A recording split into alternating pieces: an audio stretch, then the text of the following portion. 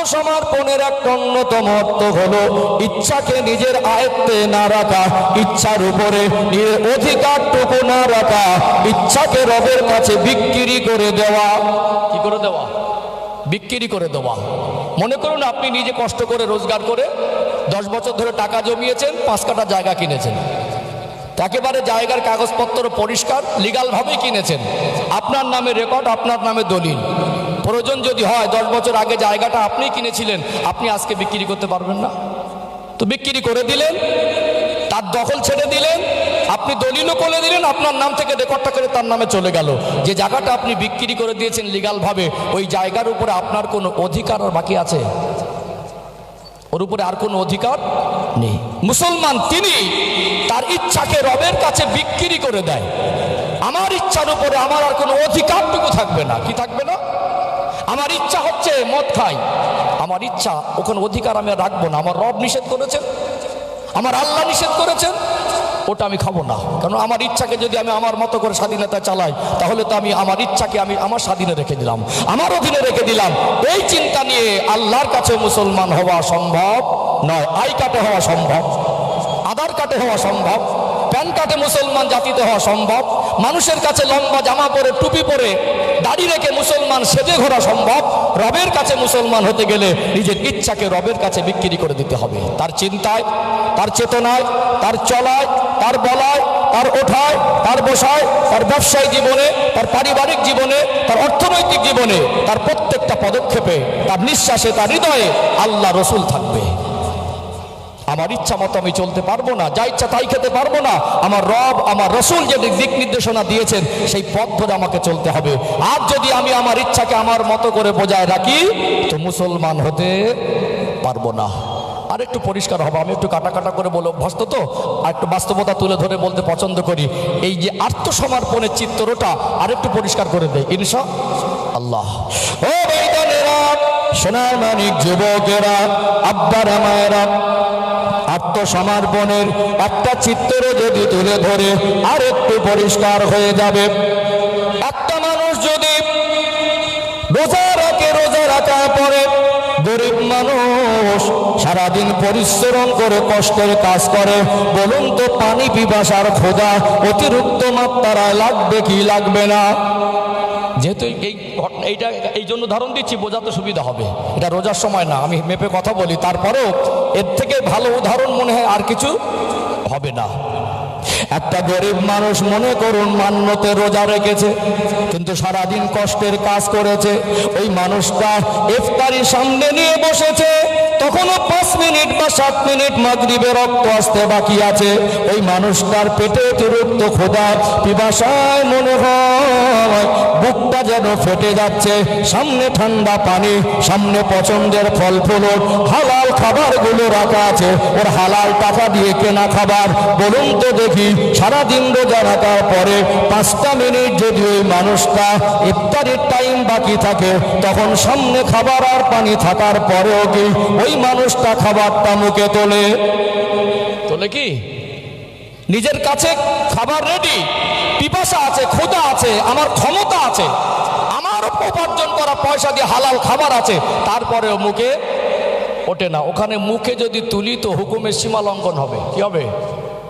হুকুমের সীমা লঙ্ঘন হবে। তাহলে আমি যে রোজাদার হিসাবে যে নিজেকে সারা জীবন প্রমাণ করতে চেয়েছি, শেষ পর্যন্ত পৌঁছাতে না পারায় আমি আর আল্লাহর কাছে রোজাদার হিসাবে শেষ পর্যন্ত টিকে থাকতে পারলাম না। এটা আত্মসমর্পণের একটা স্পেশাল সুস্পষ্ট চিত্র।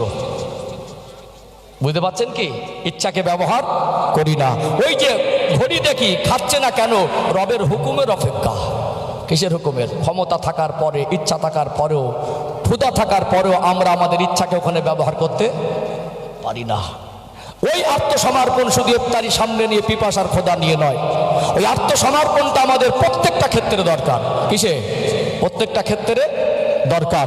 কোনটা হারাম, কোনটা হালাল, কোনটা নেকি, কোনটা গুনাহ, কোন কাজ করলে নেকি হবে, কোন কাজ করলে গুনাহ হবে, শরীয়তের বিধান আমরা সবই ম্যাক্সিমাম বিষয়গুলো জানি। বিশেষ কিছু জটিল বিষয় আছে, সেগুলো আমাদের একটু জটিলতা আছে বলে আমরা যারা হাক্কানি আলেম, যারা শরীয়তের বিজ্ঞ পণ্ডিত, বিশেষ করে যারা শরীয়তের আইন নিয়ে বিশেষজ্ঞ হয়েছে, যাদেরকে আপনার শরীয়তের ভাষায় মুফতি হিসেবে জানেন, এরা শরীয়তের আইন বিশেষজ্ঞ। যারা মুফতি তারা শরীয়তের আইন বিশেষজ্ঞ। কখনো কোনো জটিল মশলার সমাধান নিতে আমরা তাদের শরণাপন্ন হই। সাধারণভাবে হারাম হালাল করণীয় বর্জনীয় আমাদের জানা আছে না নেই? এগুলোকে আল্লাহর কথাকে আমাদের মেনে চলতে হবে। আমাদের ইচ্ছা মতো সীমা লঙ্ঘন করলে পরিপূর্ণ মুসলমান হওয়া যাবে না। ও ভাইজানেরা, সোনার মানিক যুবকেরা, আব্বারা মায়েরা, আল্লাহর আদেশ আর নিষেধ, আমার আপনার নবী, নূর নবী, দার নবী, মায়ের নবীর আদেশ আর নিষেধগুলো আমাদের মানা দরকার। এগুলো আমরা জানার পরেও আমরা কেন মানতে পারি না? এটাই তো সব থেকে বড় প্রশ্ন। আল্লাহ দয়াময় কোরআনুল কারীমের সূরাতুল বাকারার 286 নম্বর আয়াত, অর্থাৎ সূরাতুল বাকারার সর্বশেষ আয়াতে আমার আল্লাহ জানিয়ে দেন, লা ইউকাল্লিফুল্লাহু নাফসান ইল্লা উসআহা। ওরে আমার বান্দা বান্দে, আমি আল্লাহ তোমাদেরকে সাধ্যতীত কিছু চাপিয়ে দেই না। যদিও বাক্যটা একটু হার্ড হয়ে গেছে, আমি একটু সহজ সরল ভাবে তুলে ধরলে বিষয়টা একটু পরিষ্কার হয়ে যাবে। আল্লাহ পাক বলেন, লা ইউকাল্লিফুল্লাহু নাফসান ইল্লা উসআহা। বান্দা বান্দে, তোমাদের ক্ষমতায় যেটা কোলাবে না, তোমরা যেটা পারবে না, তোমাদের দ্বারা যেটা হবে না, আমি আল্লাহ এমন কোনো আদেশ আর নিষেধ ইসলামের মধ্যে তোমাদের উপরে বোঝা হিসাবে চাপিয়ে দেই না। বলুন তো আমাদের সৃষ্টিকর্তাকে? সবাই মিলে জবান খুলে বলেন কে? আরো জোরে বলেন, আমাদের সৃষ্টিকর্তাকে। তামাম কুল কায়নাতের স্রষ্টা আমার রব, আমাদের সৃষ্টিকর্তা আমাদের আল্লাহ। আমার আল্লাহ তিনি যদি আমাকে আপনাকে সৃষ্টি করে থাকেন, আমরা কোনটা পারবো আর কোনটা পারবো না, আমাদের দ্বারা কোনটা হবে আর কোনটা হবে না, আল্লাহ থেকে ভালো আর কেউ জানে না। দুনিয়ার মানুষের কাছে চিটিংবাজি করা যায়, দুনিয়ার মানুষের কাছে ধোঁকাবাজি করা যায়, দুনিয়ার মানুষের কাছে ডুপ্লিসিটি করা যায়, আল্লাহর কাছে ধোঁকাবাজি করা যায় না। আমার আল্লাহ বলেন, বান্দা বান্দে, আমি আল্লাহ ইসলাম নামক জীবন ব্যবস্থাকে, ইসলামের আইন কানুনকে, আমি আল্লাহ আমার হুকুম আর আমার রাসূলের হুকুমকে তোমাদের উপরে বোঝা হিসাবে চাপিয়ে দিই না। তোমরা পারবে না, আমি চাপিয়ে দিয়েছি এমন একটাও হুকুম ইসলামের মধ্যে নেই। এই কথার অর্থ এটাই, ইসলাম মানুষের জন্য কঠিন নয়। ইসলাম মানুষের জন্য কি নয়? কঠিন নয়। আমরা যে আল্লাহর হুকুমগুলো আমল করছি না, অপারগ বলে এমন নয়, ক্ষমতায় কুলাচ্ছে না বলে এমন নয়। এটা আমাদের এক প্রকার বদমাইশি, এটা আমাদের গাফলাতি, এটা আমাদের ইমানি দুর্বলতা। কি বললাম? এটা আমাদের অজের অনেক রকম কোয়ালিটি আছে। আপনারা শহর এলাকার মানুষ তো, এই জন্য আমি আজ অজের কোয়ালিটি একটু ভিন্ন ধারা নিয়ে যাচ্ছি।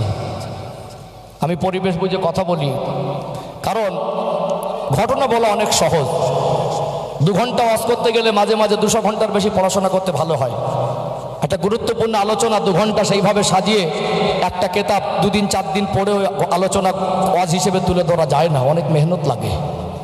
সম্মানিত ভাইয়েরা, সব কিছু যে আমার মনের মতো হবে এতগুলো মানুষ, সকলের চিন্তা সকলের আলাদা আলাদা, সকলের ইচ্ছা সকলের আলাদা আলাদা। অথচ আমার যদি চিন্তা এই মাথায় ঢোকে যে আমি আপনাদের সবাইকে খুশি করব, এই চিন্তাটা আমার মাথায় ঢোকানোর প্রয়োজন নেই। আমার কওমকে দিন বোঝাই, আমার কওমকে ইসলাম বোঝাই, আমার কওমকে আমার রবকে চেনার রাস্তা বোঝাই, আমার ভাইকে, আমার আব্বাকে, আমার বোনকে, আমার মাকে আমি জান্নাতের রাস্তা বোঝাই। এই জন্য আপনারা আমাকে এখানে বসিয়েছেন। কথা কি বুঝতে পারছেন? অনেক মানুষ এসে গেছেন, মাশাআল্লাহ, অনেক সুন্দর পরিবেশ। একটু তাকবীর দেন তো, নারে তাকবীর। ফাঁকি দেবেন না, কারণ আমরা এক এক সপ্তাহে কত অনর্থক কথা বলি, কত গীবত করি, কত পরচর্চা করি। অনেকে অনেক সময় রেগে গিয়ে অশ্লীল ভাষা ব্যবহার করে গালাগালিও দিয়ে ফেলে। আজকে আমরা এইখানে বসেছি সবাই মিলে, কত সুন্দর একটা নুরানিয়াত পরিবেশ। এখানে যদি আমরা সবাই আল্লাহকে চিৎকার মেরে আল্লাহ বলে ডাকি, এই মজলিসের জন্য একটা সৌন্দর্য। কিন্তু কালকে আপনি সোনারপুর স্টেশনে ট্রেন ঢোকার 1-1.5 মিনিট বাকি, সবাই দাঁড়িয়ে আছে, যে আল্লাহু আকবার এখানে বলছেন, ওখানে চিৎকার মেরে আল্লাহু আকবার বলে ঠেলে ওঠেন। 10-20 জন লোক আপনাদের তাকিয়ে বলবে, লোকটা মনে হয় পাগলা নাকি রে, বলবে না? এটা আল্লাহ বলার পরিবেশ, এটা আল্লাহ বলার জায়গা। আপনার ডাইনে বামে সামনে পিছনে যারা বসে আছেন তারা আল্লাহ বলে অভ্যস্ত। আপনি হয়তো এক সপ্তাহে একবার আল্লাহ বলতে পারেন, এটা আপনার দুর্ভাগ্য। আজকে এই মজলিসে বসে এই জবান থেকে আমার রবকে একটু ডাকা দরকার আছে না নেই? খুব জোরে আওয়াজ যদি না হয়, আওয়াজের প্রতি জোর না হোক, ভক্তির প্রতি জোর দেন, হৃদয় থেকে ভালোবাসা দিয়ে আমার রবকে আল্লাহকে একটু মন থেকে ডাকি না। আলা বিযিকরিল্লাহি তাতমাইন্নুল কুলুব। আমার আল্লাহ বলেন, যারা মোমেন, আমি আল্লাহকে ডেকে, আমি আল্লাহকে স্মরণ করে, আমি আল্লাহ জিকির করে, ওই মোমেন বান্দাগুলো তাদের হৃদয়ে প্রশান্তি অনুভব করে। জোরে বলুন, একটু প্রাণ খুলে বলেন, একটু তাকবীর দেন তো, নারে তাকবীর। মাশাআল্লাহ, আরেকটু প্রাণ ভরে নারে তাকবীর। সিলসিলা হক মুজাদ্দিদে জামান হিজবুল্লাহ বিশ্বনবী দিবস জগন্নাথপুর গ্রামবাসী বৃন্দ, নারে তাকবীর। আলোচনা বুঝতে পারছেন? তাহলে একটা জায়গায় আমি ছেড়েছি, যেটা বলছিলাম, আল্লাহ ইসলামকে মানুষের উপরে বোঝা হিসাবে চাপিয়ে দেয়নি। যেগুলো আমরা শরীয়তের বিধানে জেনেছি সেগুলো আমাদের জন্য বোঝা নয়, তাহলে আমরা কেন করতে পারছি না? এর আর পর্যালোচনা আরো আগে বাড়বো। এবং যে ইসলামটা বোঝা নয়, আল্লাহ ভারী হিসাবে চাপিয়ে দেয়নি, অপারক আমরা, আর আল্লাহ চাপিয়ে দিয়েছেন এমন নয়, এটাকে আরেকটু ব্যাখ্যা দেবো ইনশাআল্লাহ। কারণ শুধু বলে গেলে হবে না, সেটা তো ক্লিয়ার করে দিতে হবে, তারপরে তো মানুষ বুঝবে যে ইসলাম আমার জন্য বোঝা নয়। ও ভাইজানেরা, সোনার মানিক যুবকেরা, আব্বারা মায়েরা, দুনিয়াতে আমরা মানুষ, আমাদের জীবনে অনেক রকম সম্পর্ক আছে। আমাদের সঙ্গে বাবা মার সঙ্গে সন্তানের সম্পর্ক, ভাই বোনের সম্পর্ক, আপন ভাই ভাইয়ের সম্পর্ক, বন্ধু বান্ধবের সম্পর্ক। আমাদেরকে আমাদের বাবা মা অনেক বেশি ভালোবাসে কি বাসে না? দুনিয়াতে মানুষ আমরা, আমাদের ভালোবাসার মানুষ অনেক থাকতে পারে। আমার রব আল্লাহ দয়াময় আমাকে আপনাকে যতটা বেশি ভালোবাসে, পৃথিবীতে আমাদেরকে আর অন্য কেউ এতটা ভালোবাসতে পারে না। আমরা হয়তোবা নির্বোধের খাতায় নাম লিখিয়েছি, আমার রবের ভালোবাসাটুকু আমরা বোঝার চেষ্টা করি না। চলুন একটা উদাহরণ দেই।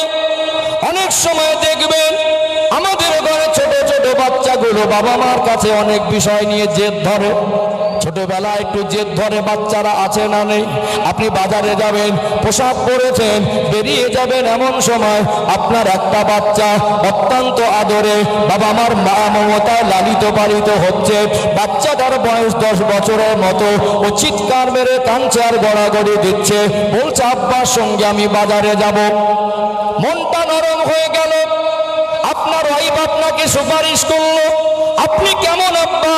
বাচ্চাটা তো কান্নাকাটি করছে, শুধু তো বাজার করে চলে আসবেন, আপনি একটু নিয়ে গেলে বা কি হয়? আপনি একটা সময় সিদ্ধান্ত নিলেন আপনার বাচ্চাটাকে আপনি বাজারে নিয়ে যাবেন। ওই 10 বছরের বাচ্চাকে ভালো পোশাক পরিয়ে নিলেন, সঙ্গে করে বাজারে নিয়ে গেলেন। হঠাৎ বাড়ির থেকে কল করলো, বাড়িতে চাল নেই, দুপুরে রান্না হবে না। চিন্তা ভাবনা করলেন, বাজারেই যখন আছি 1 বস্তা চাল কিনে নেই। 25 কিলো 1 বস্তা চাল কিনে নিয়ে আপনি বাবা হিসাবে কি পারবেন আপনার ওই ছোট বাচ্চার মাথায় বোঝা হিসাবে উঠিয়ে দিতে? পারবেন কি? বিবেক বাধা দেবে। আর যদিও জোর করে উঠিয়ে দেন, ও তো আনতে পারবে না। উঠে দিলেই কি আনতে পারবে? তখন যদি বলেন, এই তুই যে জেদ করছিলি আমি বাজারে যাব, তুই জেদ করছিলি, এবার তোকে নিয়ে যেতে হবে, ওকে চাপিয়ে দিলেও আনতে পারবে না, বরং ওর ক্ষতির আশঙ্কা আছে। কিসের আশঙ্কা আছে?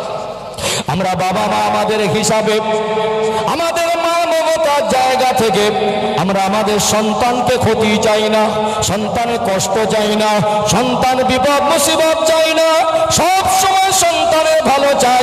তিনিই তো বাবা, যিনি তার জীবনের শেষ নিঃশ্বাস ত্যাগ করার আগ মুহূর্ত পর্যন্ত সন্তানকে ভালো রাখতে, আর সন্তান যাতে ভালো থাকে, সন্তানকে ভালো থাকতে সহযোগিতা করে।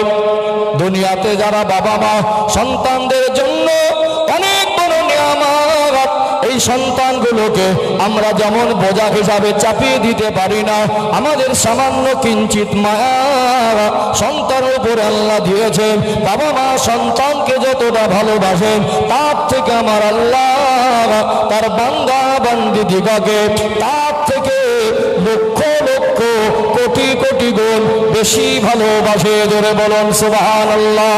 ও ভাইরা বাবাজিরা, বলুন তো তাহলে আমার আল্লাহ কি বান্দা বান্দিকে কোনো জিনিস পারবেন আর বোঝা হিসাবে চাপিয়ে দিতে কি পারেন?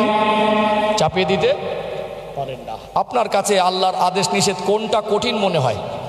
যেটা কঠিন মনে হচ্ছে সেটা আপনি বুঝতেই পারেননি, যেটা বোঝা মনে হচ্ছে সেটা আপনি বুঝতেই পারেননি। কারণ ইসলাম মানুষের জীবনকে কঠিন করে দেয় না। ইসলামের পথে প্রতিষ্ঠিত হলে, আল্লাহর কথা মেনে চললে, রসুলের কথা মেনে চললে মানুষের জীবন সহজ হয়, মানুষের জীবন শান্তির হয়, মানুষের জীবন কামিয়াবির হয়, মানুষের জীবন উন্নতি হয়। ইসলামের পথ থেকে বাইরে চলে গেলে মানুষের জীবন জটিল হয়, মানুষের জীবন অশান্ত হয়। ইসলামের আলো যেখানে পৌঁছায় সেখানে শান্তি কায়েম হয়। কি হয়? সেখানে শান্তি কায়েম হয়। আপনি বলুন, পৃথিবীতে আমরা মানুষ, আমাদের কোন জিনিসটা আমার আল্লাহ বোঝা হিসাবে চাপিয়ে দিয়েছে? হজকে? না, কখনো না। আমার আল্লাহ মানুষকে হজটাকে বোঝা হিসাবে চাপিয়ে দেয় নাই। একটা বাবার দুটো সন্তান, এক মায়ের গর্ভে দুইটো যমজ সন্তান যাদের টুইন্স বলেন, একসঙ্গে মায়ের গর্ভে অবস্থান করলেন। কয়েক মিনিট বা কয়েক সেকেন্ডের ব্যবধানে দুনিয়া আসলেন। বাবা মা মারা যাবার পরে সন্তানগুলো বাবা মার সম্পদ সমান সমান ভাগ পেল। বাবা যে সম্পদ রেখে গেছে, টাকা পয়সা রেখে গেছে, সমান সমান ভাগ করার পরও একটা সময় দেখা গেল একটা ছেলে তার অবস্থা, অর্থনৈতিক অবস্থা অনেক খারাপ, আর একটা ছেলে তুলনামূলকভাবে অনেক ধনী। এরকম চিত্র আছে না নেই? আল্লাহ তো বলতে পারতেন, তোদেরকে আমি আল্লাহ এক বাবার সন্তান বানিয়েছি, এক মায়ের গর্ভে রেখেছি, তোকেও দুটো চোখ দিয়েছি, ওকেও দুটো চোখ দিয়েছি, তোকেও দুটো হাত দিয়েছি, ওকেও দুটো হাত দিয়েছি। ও যদি ধনী হয়ে ব্যবসা করে, চাকরি করে, ও যদি যাকাত দেয়, তোকেও দিতে হবে। এটা হয়ে যেত বোঝা। আমার আল্লাহর দয়া, আমার আল্লাহর করুণা অতক্ষণ না পর্যন্ত মানুষের উপরে হজের হুকুম দেন না, অতক্ষণ না পর্যন্ত মানুষের উপরে যাকাতের হুকুম দেন না, অতক্ষণ না পর্যন্ত মানুষের উপরে কুরবানির হুকুম দেন না, যতক্ষণ না আল্লাহ তাকে দেওয়ার মতো পর্যাপ্ত পরিমাণে অর্থ সম্পদের মালিক না বানান। একজন মানুষ, ধনী মানুষ, তার উপরে হজ ফরজ, সে কোন দিক থেকে বলবে যে হজ আমার কাছে বোঝা? বলার ক্ষমতা আছে? আল্লাহ যতক্ষণ না তাকে পর্যাপ্ত পরিমাণে অর্থ দিয়েছেন, ততক্ষণ না তো তার উপরে হজের হুকুমটাই প্রয়োগ হয়নি। একজন ভাই ধনী, আল্লাহ তো অর্থ দিয়ে অর্থশালী করে বলেছে তুমি যাকাত দেওয়ার হকদার, তুমি যাকাত দাও। ওর ভাইটাকে আল্লাহ বলেছে তুমি যদি সত্যিকারের অসহায়তার মধ্যে থাকো, তোমার ভাইয়ের কাছে হাত পেতোটা ধরে নাও। আল্লাহ যদি দুজনের উপরে চাপিয়ে দিতেন তো একজনের উপরে বোঝা হয়ে যেত। ঠিক বলছি না ভুল বলছি? তাহলে হজ, যাকাত, কুরবানি ধনীদের জন্য বোঝা হতে পারে না। তাহলে এরা যারা হজ করে না, যারা যাকাত দেয় না, যারা ধনী ক্যাটাগরির মানুষ, বলুন এরা কি অপারগ? এটা কি এদের জন্য বোঝা? এটা এক প্রকার বদমাইশি, এটা গাফিলাতি, এটা দুনিয়ার মোহমায়া, এটা শয়তানের ধোঁকা। এইটা হলো শয়তানের জালে জড়িয়ে থাকা, আখিরাতকে বরবাদ করা, আল্লাহকে অসন্তুষ্ট করা, ইসলামের পথ থেকে পিছুটান মারা। এর জ্বলন্ত বাস্তবতা এটা। ঠিক বলছি না ভুল বলছি? ও ভাইরা, সোনার মানিক যুবকেরা, আব্বারা, মায়েরা, আমরা যারা দুনিয়াতে, আমরা যারা মানুষ, আল্লাহ একটা নির্দিষ্ট সময়, ধনী গরিব হোক আর শিক্ষিত অশিক্ষিত হোক, যেই হোক না কেন, প্রত্যেকটা মুসলমানের উপরে আমার আল্লাহ নির্দিষ্ট একটা সময় নামাজ ফরজ করে দেন কি দেন না? নামাজটাকে আমার আল্লাহ বোঝা হিসাবে চাপিয়ে দেয়নি। দুনিয়াতে আজকে আমরা জানি ইসলামের মূল ভিত্তি, মূল বিষয়ের উপরে যে কটা হুকুম আছে, এর মধ্যে অন্যতম বড় হুকুম হলো নামাজ। এই নামাজকে আমরা কেন সমাজে প্রতিষ্ঠিত করতে পারি না? এই নামাজকে আমরা কেন পরিবারের মধ্যে প্রতিষ্ঠিত করতে পারি নাই? এই নামাজকে আমরা কেন জীবনের সঙ্গী বানাতে পারি নাই? এটা অপারগতা নয়, এটা আমাদের গাফলাতি। দুনিয়াতে আমরা বাবা মা আমরা যদি চেষ্টা করি, আমরা সবাই মিলে যদি আমার আল্লাহ দেখিয়ে দেওয়া পথে সমাধান খুঁজি, এই সমাজ যতই কঠিন আর জটিল অবস্থা হোক, এই সমাজে যত নোংরা পরিবেশ ছেড়ে যাক না কেন, আল্লাহ এবং রাসূলের দেখিয়ে দেওয়া পথ ধরে আমাদের সামাজিকভাবে, আমাদের পারিবারিকভাবে, আমাদের জীবনে ইসলামের আলো বাস্তবায়ন করা সম্ভব। কারণ আল্লাহ আমার আপনার নবী, নূর নবী, দার নবী, মার নবীকে আজ থেকে 1400 বছর আরো আগে মক্কা নগরে রবিউল আউয়াল মাসে আমার আল্লাহ সোমবারের দিনে, অনেকে 12 তারিখ বলে থাকেন, তারিখটা নিয়ে মতভেদ আছে। আল্লাহ পাক আমার আপনার নবীকে অন্ধকারে ডুবে থাকা মানুষদের মাঝে রহমত স্বরূপ করে, রহমাতাল লিল আলামিন করে আমার আল্লাহ প্রেরণ করেছিলেন। জোরে বলুন সুবহানাল্লাহ। সেই সময়টা ছিল জাহালিয়াত। সেই সময়টায় বাপ বেটা একটা মহিলার সঙ্গে জেনা করত। বাবা এত নিষ্ঠুর ছিল, সোনার মানিক, ফুটফুটে বাচ্চাগুলোকে দেখলে আমাদের হৃদয়টা ঠান্ডা হয়। কষ্ট করে আব্বা কাছ থেকে বাড়ি ফেরে সোনার মানিক বাচ্চার মুখটা দেখলে যেন মনটা ঠান্ডা হয়ে যায়। সেই বাচ্চাগুলোকে তখনকার সময়ে জাহিলিয়াতের যুগে বাপ তার ফুটফুটে বাচ্চাটাকে জীবিত অবস্থায় দাফন করে দিত। লুটপাট, মারামারি, জুলুম, অত্যাচার, রক্তারক্তি, খুনোখুনি, অবিচার, যত রকম খারাপই ছিল তাদের মধ্যে সবকিছু বিরাজমান ছিল। আমার আপনার নবীকে আমার আল্লাহ তাদের মাঝে পাঠালেন। আমার রাসূল বড় হলেন, 40 বছরের বয়সে নবুয়ত দিলেন। আল্লাহ পাক আমার নবীর উপরে কোরআনুল কারীমের আয়াতগুলো নাজিল করলেন। কখনো একটি আয়াত, কখনো 2টি আয়াত, কখনো 10টি আয়াত, কখনো একটি কমপ্লিট সূরা। 23 বছরের লম্বা প্রসেস নিয়ে ওই অন্ধকারে ডুবে থাকা মানুষদেরকে আমার আল্লাহ তাদের জীবনের সমাধানগুলো কোরআনুল কারীমের মাধ্যম থেকে, আমার রাসূলের মাধ্যম থেকে তাদের কাছে পৌঁছেছেন। তাদের কাছে যখন কোরআনুল কারীম এসেছে, তাদের কাছে যখন আমার আপনার নবী এসে গেছেন, অন্ধকারে ডুবে থাকা মানুষগুলোর জীবন এতটা পরিবর্তন হয়ে গেল, তারা সাহাবার মর্যাদা পেয়ে গেছেন। শুধু এমন নয়, আমার আল্লাহ জান্নাতের হকদার হয়ে গেছে। আল্লাহ নবী তাদেরকে ইসলাম বুঝিয়েছিলেন, তাদের কাছে উত্তম আচরণ নিয়ে গিয়েছিলেন, ক্ষমার আদর্শ নিয়ে গিয়েছিলেন, হৃদয় টানা ভালোবাসা দিয়ে, হৃদয় থেকে ভালোবাসা দিয়ে কাছে টানা আদর্শ নিয়ে গিয়েছিলেন। তাদেরকে দিন বুঝিয়েছেন, ইসলাম বুঝিয়েছেন, ইসলামের মূল নীতি বুঝিয়েছেন, ইসলামের ভিতরে চলার কল্যাণ বুঝিয়েছেন। আল্লাহর হাবিব তাদেরকে যখন কোরআনের বাণী দিয়ে জীবনের সমাধানটা রাস্তা দেখিয়েছেন, তাদের জীবনটা পরিবর্তন হয়েছে না হয়নি? তারা আমাদের থেকে কত নোংরা পরিবেশে ছিল। আমরা তো ইমানদার বলি, আমরা তো রবকে মানি, আমরা তো আল্লাহকে মানি, আমরা তো কোরআনকে মানি, আমরা তো হাদিসকে মানি, আমরা তো রাসূলকে মানি। আমরা আমাদের জীবনে এই তার প্রান্তে দাঁড়িয়ে তাদের থেকে আমাদের জীবন পরিবর্তন করা অনেক সহজ। আমাদের গাফিলাতিতে, আমাদের অবহেলাতে, আমাদের ইমানি দুর্বলতাতে আজকে আমরা দুনিয়ার মায়াজালে জড়িয়ে আছি। ঠিক বলছি না ভুল বলছি? ও ভাইজানেরা, সোনার মানিক, যুবকেরা, আব্বার মায়েরা, আজকে নামাজকে আমার আল্লাহ বোঝা হিসাবে যদি চাপিয়ে দিয়ে না থাকে, তাহলে আজকে নামাজ কেন প্রতিষ্ঠিত হয় না? আমরা আমাদের সন্তানদেরকে কেন নামাজে দাঁড় করাতে পারি নাই? এর সমাধান খোঁজা দরকার আছে না নেই? আছে না নেই? সমাধান খোঁজা দরকার আছে। এখানে আমি কোরআন শরীফ থেকে একটা আয়াত তুলে ধরি, তারপরে উত্তরটা ক্লিয়ার করে দেবো ইনশাআল্লাহ। কোরআনুল কারীমের 28 নম্বর পারা 19 নম্বর পৃষ্ঠার মিডিল পয়েন্টের নিচে আয়াতটা পাবেন। সূরা আত-তাহরিমের 6 নম্বর আয়াত। আল্লাহ পাক জানিয়ে দেন, ইয়া আইয়ুহাল্লাযীনা আমানু কু আনফুসাকুম ওয়া আহলিকুম নারা, হে আমার বিশ্বাসী বান্দা বান্দিরা, তোমরা জাহান্নামের আগুন থেকে নিজে বাঁচো এবং আহাল পরিবার বর্গকে বাঁচাও। নিজে যেমন জাহান্নামের আগুন থেকে বাঁচতে গেলে আল্লাহর কাছে আত্মসমর্পণ করতে হবে, ইসলামের পথে প্রতিষ্ঠিত হতে হবে, এই পর্যন্ত দায়িত্ব শেষ নয়। আমাদের যারা আহলে অন্তর্ভুক্ত, আমাদের সন্তানগুলো হলো আমাদের কাছে আমানত। আমাদের যারা পরিবার, তাদেরকে জাহান্নামের আগুন থেকে বাঁচাতে গেলে নামাজের শিক্ষা দেওয়া দরকার আছে না নেই?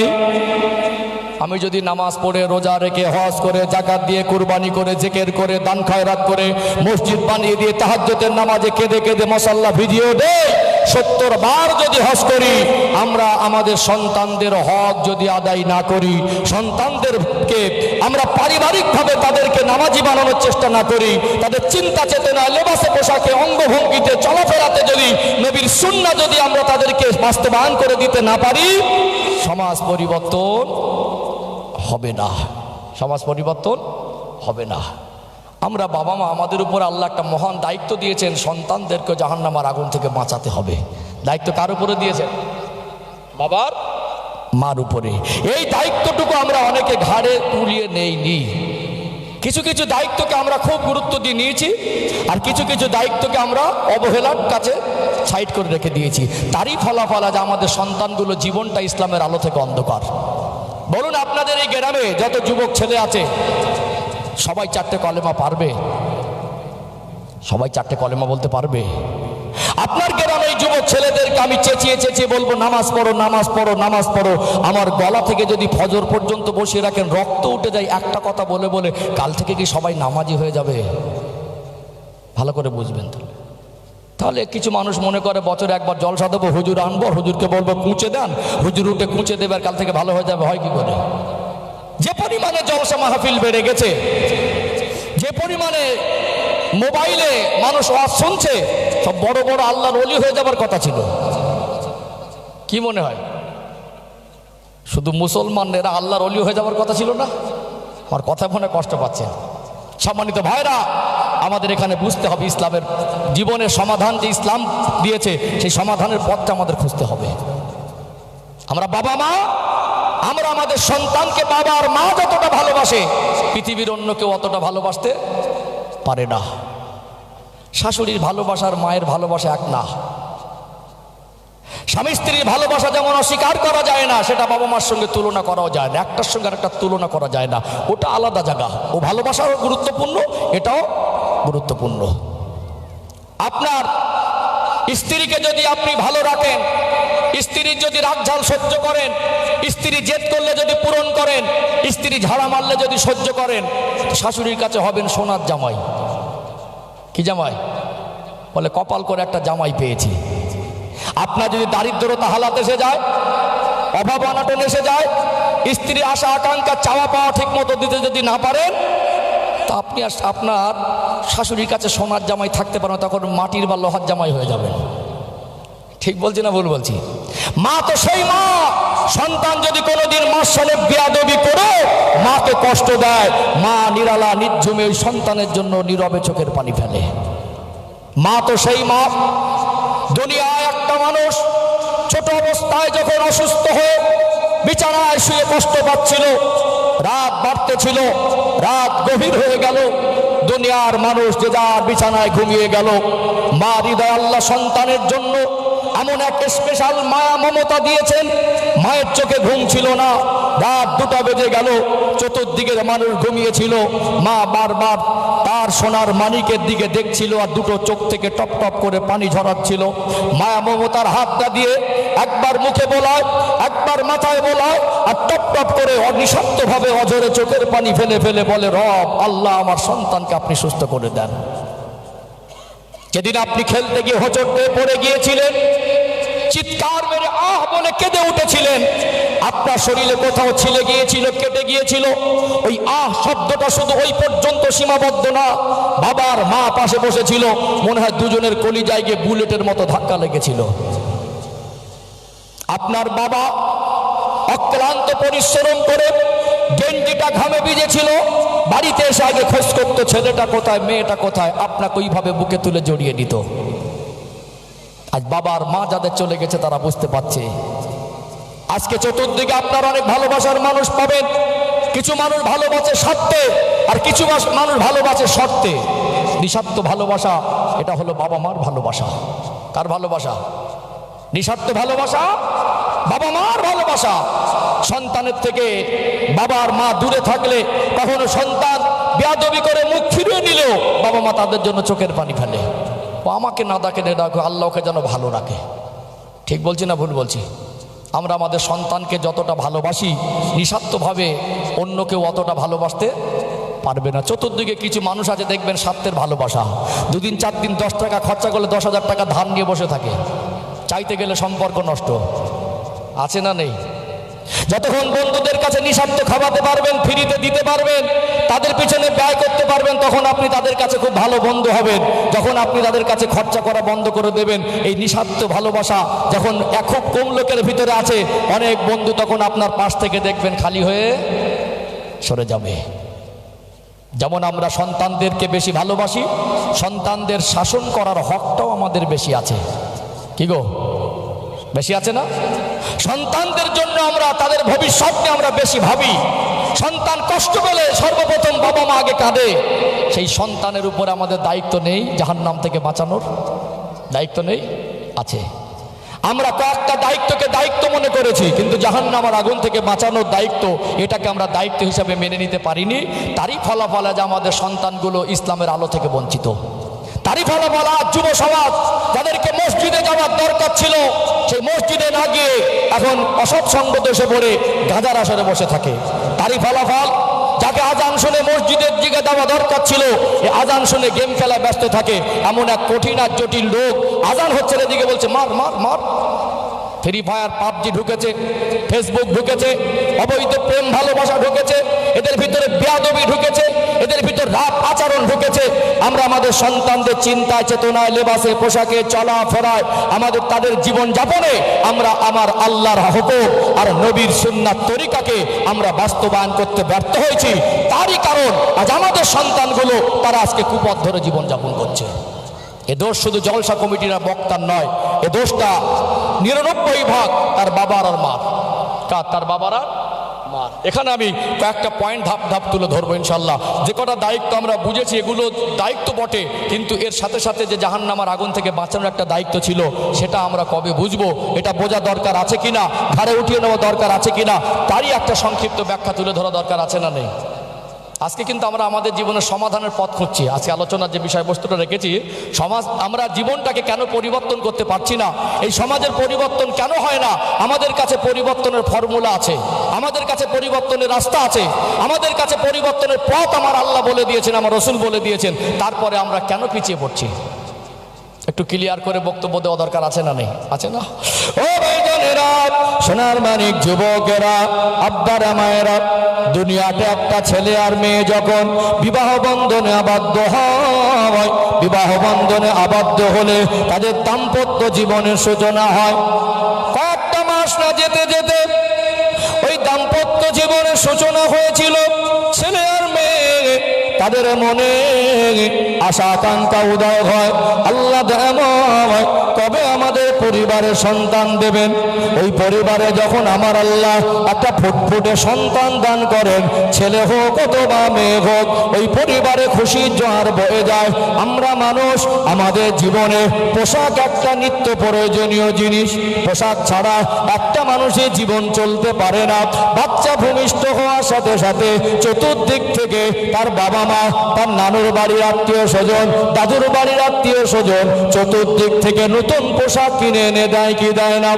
বাবা যদি অন্ধ হয়, মা যদি অন্ধ হয়, বাবা যদি ভিক্ষুক হয়, ভ্যান চালক হয়, মজদুর হয়, গরিবও যদি হয়, কোনো বাবাকে বলতে শুনেছেন কি আমি অপারগ, আমি আমার সন্তানকে পোশাক দিতে পারবো না? এই কথা কি কোনো বাবা মা বলে? বলেছে কি? 20 বছর যতদিন না বয়স হয়, বাবা মা সন্তানের রোজগার, ইনকাম, কামাই খাবে এই আশাটুকু করে না। কমের উপরে 20 বছর মেয়ে যদি হয় তো তার ইনকাম কামাই খাওয়ার তো কোনো প্রশ্নই নেই। একে ভালো মানুষ করে ভালো লেখাপড়া শিখিয়ে মেয়েটাকে এমন একটা ভালো জায়গায় তার বিবাহ দিতে চায়, মেয়েটা যেন সারা জীবন শান্তিতে থাকতে পারে, এটা বাবা মার স্বপ্ন। আর ছেলেটা যেন লেখাপড়া শিখে ও ভালো মানুষ হয়ে সমাজে প্রতিষ্ঠিত হয়, এটা তাদের স্বপ্ন থাকে। এই জন্য বাবা মা তাদের 20 বছরের আগে তাদের ইনকাম কামাই খাবে, এই স্বপ্ন কোনো বাবা মার মনে থাকে না। 20 বছর ধরে পোশাকে 50,000 গেছে না যায়নি?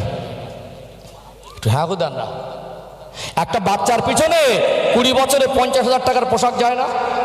আজকে দিনে তার থেকে বেশি যায়। আজকে দিনে লাগবে বছরে 4টে কিনে দেয় 8টা, লাগবে 8টা কিনে দেয় 16টা, যে কটাতে ব্যবহার করে অনেকগুলো ছেঁড়ার আগে সেগুলো বাদ দিয়ে দিতে হয়। অনেকগুলো হয়তো এক একবার পরেছিল, দ্বিতীয়বার পরার সুযোগ হয়নি, তার শরীরের গ্রোথ বেড়ে গেছে, আর ছোটবেলা যেটা তার সাইজ ছোট ছিল এখন আর শরীরের সঙ্গে ফিটিং হয় না। ঠিক বলছি না ভুল বলছি? তাহলে এই যে সন্তানকে পোশাক দিতে হবে, এই দায়িত্বটা বাবা মা কোনোদিন বলিনি যেটা আমার দায়িত্ব না, আর কোনোদিন বলিনি এটা আমি দিতে পারবো না। টাকা না থাকলেও ধার করে হলেও কারোর কাছে ঋণ করে হলেও আমরা বাচ্চাদের পোশাক দিয়েছি না দেয়নি? একটা পয়েন্ট গেল, পোশাক যে দিতে হবে এই দায়িত্বটা আমরা সবাই কাঁধে উঠেছি, কেউ বলে না যে পারবো না। ও ভাইজানেরা, সোনার মানিক যুবকেরা, আব্বারা মায়েরা, কোরআনুল কারিমে আমার আল্লাহ বলেন, ওমা মিন দাব্বাতিন ফিল আরদি ইল্লা আলাল্লাহি রিজকুহা। আল্লাহ পাক বলেন, আমি আল্লাহ দুনিয়া যাদেরকে পাঠিয়েছি, যাদের রিজিকের প্রয়োজন, রিজিকের জিম্মাদারি আমি আল্লাহ নিজে গ্রহণ করেছি। জোরে বলুন সুবহানাল্লাহ। রিজিকের জিম্মাদারি হলো আল্লাহর। দুনিয়াতে আমরা যারা দুনিয়ার মানুষ, আমাদের জীবনে পোশাক যেমন প্রয়োজন, খাবারও তেমনি প্রয়োজন। আমাদেরকে বাবা মাকে খাবারের অনুসন্ধান করতে হয়। সন্তান যখন দুনিয়ায় ভূমিষ্ঠ হয়, আল্লাহ তার জন্য মায়ের স্থানে উত্তম রিজিক বরাদ্দ করেন। বাচ্চা আস্তে আস্তে বড় হয়, ওই বাচ্চার বাবা আর মা যদি গরিব হয়, ভিক্ষুকও যদি হয়, হাত আর পা যদি না থাকে, ভিক্ষা করে হলেও সন্তানের খাওয়াতে হবে। সন্তানের খাওয়ানোর দায়িত্বটা নিজের কাঁধে উঠিয়ে রেখেছে। দুনিয়াতে কোনো বাবা মা কি আজ পর্যন্ত বলতে শুনেছেন আমি আমার সন্তানদেরকে খেতে দিতে পারবো না? বলতে শুনেছেন? বরং যদি বলে এই খাবারটা আব্বা খাবো, যতক্ষণ না খাবারটা তাকে খাওয়ায় ততক্ষণ না মনে শান্তি হয় না। আচ্ছা বলুন, আজকে যা দ্রব্য মূল্যের দাম, 50 টাকায় একটা মানুষের 3 বেলা খাওয়া হবে? 50 টাকা একটা মানুষের 3 বেলা খাওয়া হবে? আমাদের বাচ্চাদের কাছে এখন 10 টাকা দিলে ছুঁড়ে ফেলে দেয়। 10 টাকায় কি হবে? কি কি কঠিন একটা সময়। তো 50 টাকা যদি আপনি নিম্ন ধরেন তো মাসে হবে 1,500, 12 মাসে 18,000। 18,000 টাকায় কি হবে? কমের উপরে 30,000 টাকা লাগবে। কত? 25 ধরুন, এর কমে তো আসবে না, এর কমে আসার কোনো জায়গা নেই। এক বছরে একটা বাচ্চা যদি 25,000 টাকার খাবার খায়, 20 বছরে একটা বাচ্চা 5 লাখ টাকার খাবার খেয়ে বসে আছে। সব থেকে নিম্ন হিসাব 5 থেকে 10 লক্ষ টাকার খাবার একটা বাচ্চা 20 বছর পর্যন্ত খেয়ে হজম করে ফেলে। ঠিক বললাম না ভুল বললাম গো? হিসাব মগজে ঢুকছে তো? আমি এই জন্য হিসাব করে বলে দিচ্ছি। এখন ছেলেটা বড় হয়েছে, মেয়েটা বড় হয়েছে, এখন এদের চোখ ফুটে গেছে, আব্বা বার্ধক্য জীবনে পৌঁছে গেছে, এখন আব্বাকে অবহেলা করছে। ছেলেটা বলছে, তুমি আমার জন্য কি করেছো? কি বলছে? তুমি আমার জন্য অপদার্থ সন্তান, বেয়াদব সন্তান। তোমার বাবা অন্যের বাড়ি কাজ করে, মজদুরি করে, মাটি কাটা কাজ করে, রাজমিস্ত্রির জোগাড়ে কাজ করে, ঠেলা গাড়ি চালিয়ে, দেশে কাজ ছিল না, বিদেশে গিয়ে পরিবার ছেড়ে যেতে মন চায় না, তারপরে চলে গেল, সেখানে গিয়ে মশার কামড়। আজকে বর্তমান সময়ে এই বাংলার মানুষ অনেক ভিন্ন রাজ্যে তারা বিভিন্ন রকম ব্যবসা সূত্রে পড়ে আছে না নেই? কত কঠিন এক পরিস্থিতি দেশে চলছে। যে সমস্ত ভাইরা ফেরি করে রুজি রুটি রোজগার করে, ভারতের নাগরিক, হিংসার রাজনীতি করতে গিয়ে তাদেরকে বিভিন্ন রকম ভাবে আক্রমণ করছে। একটা সময় পরিস্থিতি এত কঠিন হয়ে দাঁড়িয়েছে বর্তমানে, যারা ভিন্ন রাজ্যে পাড়ি দিয়ে ব্যবসা সূত্রে আছেন, কাজকর্ম সূত্রে আছেন, তাদের জীবনটাও ঝুঁকিপূর্ণ জায়গায় গেছে। কথা ঠিক না বেঠিক? কেন এই ঝুঁকিপূর্ণ জায়গায়? সে নিজের পরিবার ছেড়ে দূরে গিয়ে চেষ্টা করছে তার সন্তান, তার পরিবার যেন কষ্টে না থাকে, তাদের মুখের হাসিটা তার কাছে অনেকটা দামি। এই জন্য এত কষ্ট করে আপনার বাবা 3টে সন্তানকে, কোমের উপরে 3টে সন্তানের পিছনে 20 লাখ টাকা শুধু খাইয়ে দিয়েছে। আপনার গায়ের চামড়া যদি ছিঁড়ে বাবার মার যদি জুতা বানিয়ে দেন, তারপরে বাবা মার ঋণ শোধ করতে পারবে না। তাহলে আমরা যে 20 বছর বয়স পর্যন্ত এক একটা বাচ্চার পিছনে 5 থেকে 10 লক্ষ টাকা তাদের খাইয়েছি, কোনোদিন অপারগতা স্বীকার করেছি? করেছি কি? করিনি। এটা মনে হয় খুব সহজ ছিল নাকি? এটা মনে হয় খুব সহজ ছিল না। তাহলে পোশাক দিতে হবে, দায়িত্বটা বুঝেছি। খাবার দিতে হবে, দায়িত্বটা বুঝেছি। অসুস্থ হলে চিকিৎসা দিতে হয়, সে দায়িত্বটাও বুঝেছি। এইবারে একটা প্রসঙ্গ, লেখাপড়া শেখাতে হবে। কি শেখাতে হবে? কি শেখাতে হবে? লেখাপড়া শেখাতে হবে। সে দায়িত্বটা আমরা বুঝেছি না বুঝিনি? বুঝেছি না? ও ভাইজানেরা, সোনার মানিক যুবকেরা, আব্বারা মায়েরা, হয়তোবা আমাদের মুরব্বীদের মধ্যে এখনো অনেক মানুষ এমন আছেন নিজের নামটাও লিখতে পারেন না। একটা সময় আফসোস করে বলে, ছোটবেলায় অনেক কষ্ট পেয়েছি, আমি আমার সন্তানদের কষ্ট দেব না। আমি নিজে লেখাপড়া শিখবো, সৌভাগ্য হয়ে ওঠেনি। আমার সন্তান যেন নিরক্ষর আর মূর্খ না থাকে, তাকে যত কষ্ট হোক মানুষের মতো মানুষ করব। এই জন্য বাবা আর মা অক্লান্ত পরিশ্রম করে, কি করে না? শিক্ষা হলো জাতির মেরুদণ্ড। ও ভাইজানেরা, শিক্ষার গুরুত্ব আপনি মনে করছেন যে শিক্ষার গুরুত্ব দুনিয়ার সাধারণ মানুষ আর নেতা মন্ত্রীরা বুঝিয়েছে না। আপনি আজকে আর্টিফিশিয়াল ইন্টেলিজেন্স, এআই এর ব্যবহার হয়, চ্যাটজিপিটির ব্যবহার হয়, মোবাইল ইন্টারনেট ইউজ করে আপনি গুগলে গিয়ে সার্চ করে দেখুন গোটা বিশ্বের মধ্যে টোটাল কত ধর্মের অস্তিত্ব পাওয়া যায়। গুগল আপনাকে তথ্য দেবে গোটা বিশ্বের মধ্যে 3500 থেকে 4000-এর কাছাকাছি এতটা ধর্মের অস্তিত্ব পাওয়া যায়। ইসলামের ভিতরে শিক্ষার যে গুরুত্ব বোঝানো হয়েছে, আমার মনে হয় পৃথিবীর অন্য কোনো ধর্মে শিক্ষার এই গুরুত্ব বোঝানো হয়নি। পৃথিবীর জমিনের শ্রেষ্ঠ কিতাব কোরআনুল কারীম, আমার আল্লাহ কোরআনুল কারীমকে রমাদানুল মুবারক মাসে লাইলাতুল কদরের রাতে আমার আপনার নবী ছিলেন জাবালে নূর পর্বতের গুহাতে আল্লাহ পাক নাজিল করলেন। আমার নবীর তখন 40 বছর বয়স। কোরআনুল কারীমের সূরাতুল আলাকের প্রথম 5টা আয়াত আল্লাহ নাজিল করলেন যে মহাগ্রন্থ, মহামানিত আল কোরআন, যালিকাল কিতাবু লা রাইবা ফীহি, ওই কিতাবে ভুল তো দূরের কথা, সন্দেহের অবকাশ পর্যন্ত নেই। ও ভাইরা বাবাজিরা, ওই কিতাবের সূচনা করলেন আল্লাহ যে শব্দ দিয়ে নাজিল করেছিলেন সেটা ছিল ইকরা, অর্থাৎ পড়ো। শিক্ষা অবশ্যই জাতির মেরুদণ্ড। আমি বলবো শিক্ষা ছাড়া জাতির ডেভেলপ সম্ভব নয়, শিক্ষা ছাড়া উন্নতি সম্ভব নয়। দুনিয়াতে আমরা বাবা মা একবেলা যদি না খেয়ে থাকতে হয়, কখনো যদি আপনি মুড়ি বাতাসা খেয়ে জীবন ধারণ করেন, তারপরে বলবো সন্তানকে শিক্ষিত করুন। বলুন তো, আমার একটা ভাই যদি ডক্টর হয়, মাস্টার হয়, ইঞ্জিনিয়ার হয়, দরকার আছে না নেই? একটা মানুষ এই আপনার এই জগন্নাথপুর গ্রামের আমার একটা ভাই যদি রাষ্ট্রপতি হয়, সেটা তো আমার কাছে গর্বের।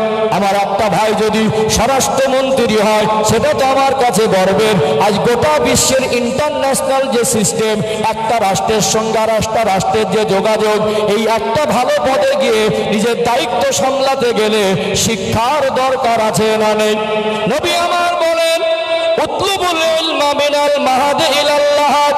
একটা মানুষের শিক্ষার সময়সীমা হলো মায়ের দোলনা থেকে নিয়ে আর মৃত্যুর আগ মুহূর্ত পর্যন্ত। কত মহান কথা! শিক্ষার বিরুদ্ধে ইসলামও নয়, শিক্ষার বিরুদ্ধে আমিও নয়। এই দেশের সুনাগরিক হয়ে মাথা উঁচু করে বাঁচতে গেলে, এই দেশের কোনো গুরুত্বপূর্ণ পদ সামলাতে গেলে, এই দেশের সংবিধান আমাদের যে অধিকার দিয়েছেন, এই দেশের সমাজের মানুষের সঙ্গে শান্তি সম্প্রীতি বজায় রেখে চলতে গেলে সামাজিক জ্ঞান, জেনারেল শিক্ষার জ্ঞান দরকার আছে না নেই? শিক্ষার বিরুদ্ধে আমার বক্তব্য নয়, শিক্ষার বিরুদ্ধে ইসলাম নয়, বরং ইসলামের ভিতরে যে শিক্ষার গুরুত্ব আছে, পৃথিবীতে কোথাও এত শিক্ষার গুরুত্ব দেওয়া হয়নি। আপনার সন্তানকে শিক্ষিত করতে হবে, এটা আপনি দায়িত্ব বুঝেছেন। 3 বছর বয়স এই বাচ্চাটাকে বাচ্চাটাকে শেখাচ্ছেন হাট্টিমাটিম কবিতা, আতা গাছে তোতা পাখি, নামটা মুখস্থ হলো, এবিসিডি ইংরাজি 26টা অক্ষর মুখস্থ হলো। ওই বাচ্চাটা বাংলাও পড়তে পারে, ইংরাজিও পড়তে পারে। এর বিরুদ্ধে আমার বক্তব্য নয়। এগুলো যদি আপনি পারেন, আজকে বর্তমান সময়ে সরকারি স্কুলের শিক্ষার মান একেবারে তলানিতে যাবার কারণে আজকে গার্জেনদের চিন্তা বেড়েছে না কমেছে? গার্জেনদের চিন্তা বেড়ে গেছে। বেসরকারি মিশনে পড়াশোনা করানো, স্পেশাল আলাদা করে টিউশনি করানো, বলুন তো যথেষ্ট ব্যয়বহুল একটা ব্যাপার আছে না নেই? বাবা মা তাদের সন্তানদেরকে ভালো মানুষ করার জন্য তারপরও পিছু পা হয় না। একটা বাচ্চাকে MA BA পাস করাতে গেলে, বিএড করাতে গেলে, একটা বাচ্চাকে চাকরির উপযুক্ত সন্তান হিসাবে তাকে তৈরি করতে গেলে, তাকে 18 20 বছর 15 16 বছর ধরে লেখাপড়া করাতে গেলে কমের উপরে 10 থেকে 15 লক্ষ টাকা দরকার হয় কি হয় না?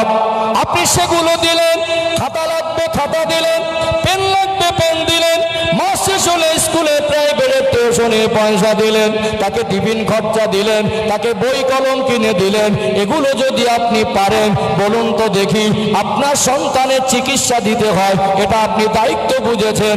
খাবার দিতে হয়, এই দায়িত্ব কাঁধে উঠিয়েছেন। পোশাক দিতে হয়, এই দায়িত্ব আপনি কাঁধে উঠিয়েছেন। জেনারেল শিক্ষায় শিক্ষিত করতে হবে, এটা আপনি বুঝেছেন। জাহান্নাম থেকে বাঁচাতে হবে, এইটুকু এর সাথে বোঝা দরকার ছিল কি ছিল না?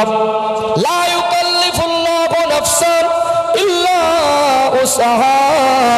আল্লাহ পাক সূরাতুল বাকারার 286 নম্বর আয়াতে বলেন, আমি আল্লাহ তোমাদের উপরে ইসলামের কোন আদেশকে বোঝা হিসাবে চাপিয়ে দিই না। আপনার সন্তানকে যদি 20 বছরে 5 থেকে 10 লক্ষ টাকা মাথার ঘাম পায়ে ফেলা পয়সা মজদুরি করে তাকে খাওয়াতে পারেন, 2 লাখ টাকা চিকিৎসা করাতে পারেন, 50 থেকে 1 লক্ষ টাকা তার পোশাক দিতে পারেন, কমের উপরে 10 লক্ষ টাকা যদি তাকে লেখাপড়া পারপাস ব্যয় করতে পারেন, জাহান্নামের আগুন থেকে বাঁচাতে গেলে, কোরআনের শিক্ষা দিতে গেলে হতো। আপনি যদি চাইতেন টাকার প্রয়োজন হতো না, 10টা মিনিট করে যদি সময় তার জীবন থেকে বার করে 4 বছর বয়স থেকে 7-8 বছর বয়স পর্যন্ত একজন আলেমের সোহবাতে বসাতেন, ওই বাচ্চা জীবনে শ্রেষ্ঠ কিতাব কোরআনুল কারীমের শিক্ষাটা এসে যেত কি যেত না? যেত না? যে পরিমাণে এই চিকিৎসা, পোশাক, খাবার আর জেনারেল শিক্ষার পিছনে অর্থ, সময়, প্রচেষ্টা ব্যয় করেছি, এর 20 ভাগের 1 ভাগ সময় আর 1 ভাগ অর্থ আর 1 ভাগ চেষ্টা যদি দিনের পথে প্রতিষ্ঠিত করার জন্য করতাম, আমাদের প্রত্যেকটা সন্তানের ভিতরে দিনের আদর্শ জিন্দা হয়ে যেত। যেত না? যেত না? আপনার সন্তানকে তো আমি সবাইকে বলছি না হাফেজ আলেম মাওলানা মুফতি করেন। ও ডক্টর হোক, ও ব্যারিস্টার হোক, ও জজ হোক, ও উকিল হোক, ও ইঞ্জিনিয়ার হোক, IPS হোক, OC হোক, DC হোক, ওই ছেলেটা একটা সময় মাথা উঁচু করে সমাজে দাঁড়াক। ও যতই বড় চাকরিজীবী হোক, যতই বড় বৈজ্ঞানিক হোক, যতই বড় দার্শনিক হোক, যত এডুকেটেড পার্সন হোক, দেশের যত গুরুত্বপূর্ণ ব্যক্তি হোক, তার আখিরাত আছে, তার মওত হবে। সন্তান আপনার, আমানত আপনার, আল্লাহ দায়িত্ব দিয়েছে আপনার উপরে। ছেলে হোক আর মেয়ে হোক, তাকে জাহান্নাম থেকে বাঁচানোর জন্য তার ভিতরে দিনের শিক্ষাটাও দরকার ছিল কি ছিল না? বলুন, একটা মানুষ তার বাবা আর মা যদি চেষ্টা করত, কোরআন শরীফ যদি দেখে পড়তেও নাও জানে, এটা না জানা তো দুর্ভাগ্যের, যদিও না জানে, কোনের উপরে 5টা সূরা মুখস্থ করানো সম্ভব না অসম্ভব? সূরা ফাতিহা আর 4টে, এই 5টা সূরা 5 সপ্তাহ মেহনত করলেই হয়ে যেত। 5 বছরের আগে স্কুলে ভর্তি করার আগে 2 বছর 2.5 বছর থেকে যখন কথা বলা শিখেছে, কোলে উঠিয়ে 10টা মিনিট করে যদি সময় দিতাম, নিষ্পাপ ফুটফুটে ফুলের মতো সন্তান, যার হৃদয়টা আয়নার মতো পরিষ্কার, যার অন্তরটা পাপ কলুষা মুক্ত, ওই পরিষ্কার স্বচ্ছ হৃদয়ে আল্লাহর কোরআনুল কারীমের ভিত তৈরি হয়ে যেত না? হাট্টি মাটি মুখস্থ করাচ্ছেন, আপত্তি নেই। আতা গাছে তোতা পাখি পড়ান, নামটা মুখস্থ করান। আপনার সন্তানকে এই 5টা সূরা আপনি শেখাননি, আমি হুজুর মুখ থেকে রক্ত তুলে দেবো নামাজ পড়েন, ও নামাজ কিভাবে পড়তে হয় জানেই তো না। আপনার গ্রামে যে বা যারা সেই বাচ্চাটার যদি 10 বছর বয়স থেকে নিয়ে 100 বছর পর্যন্ত বয়স হয় সেই মানুষটার, তার জীবনে যদি 5টা সূরা মুখস্থ না থাকে, তার জীবনের কোনো দিনের জোহরের নামাজ শুদ্ধ হয়নি। তার যদি কোনোর উপরে 3টা সূরা মুখস্থ না থাকে, তার জীবনের একদিনের এক ওয়াক্তের নামাজ শুদ্ধ হয়নি। এ দোষ কার? এ দায়ভার কার ঘাড়ে চাপাবেন? আপনি বাবা আর মা, আপনার সন্তানের 40টা গালাগালি মুখস্থ হলো, আর 4টে সূরা কেন মুখস্থ হলো না? সূরা ইখলাস কত বড় সূরা, ছোট্ট একটি সূরা। সূরাতুল কাউসার কত বড় সূরা, ছোট্ট একটি সূরা। সূরাতুল ফাতিহা কত বড় সূরা, ছোট্ট একটি সূরা। আমরা যদি দাদুরা বাজারে যাই, মার্কেটে যাই, ঠান্ডার সময় ফজরের নামাজ পড়ে চাদর মুড়ি দিয়ে চায়ের দোকানে বসলেন, দোকানদারকে বললেন ভাই 1 কাপ চা দাও, পকেটে হাত দিয়ে দিলেন 10 টাকা। সকালবেলা খালি পেটে একটা বিস্কুট খেলে ভালো হয়। মনে পড়ে গেছে পোতাটার কথা, মনে পড়ে গেছে ছেলে হয় পুত্র, ছেলের ছেলে হয় পৌত্র, একটু ভালো ভাষায় যদি বলি। মনে পড়ে গেল ওই দাদু ভাইটার কথা। তো বিস্কুটটা খেয়ে নিলে তো খাওয়াই হয়ে যাবে, থাক ওই কেকের একটা কেক দাও তো, একটা চিপসের প্যাকেট দাও তো, একটা লাড্ডু দাও তো, পকেটে করে এনে বাড়িতে হাতে দিলেন।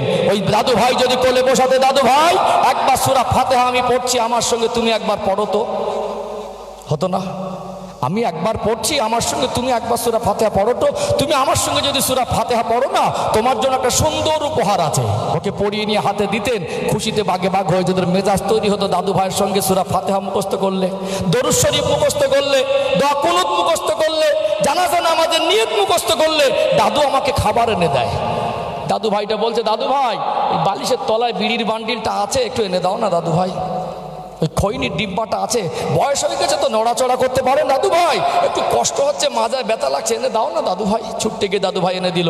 ও তো কোরআন শরীফের আয়াত শোনাননি, ওকে তো কলেমা শেখাননি, ওকে তো দিনের আদর্শ একটা হাদিস মুখস্থ করাননি। ওকে আনতে পারছেন, ওকে ট্রেনিং দিচ্ছেন, এটা বিড়ি, এটা সিগারেট, এটা গুটকা, এটা তেরেঙ্গা।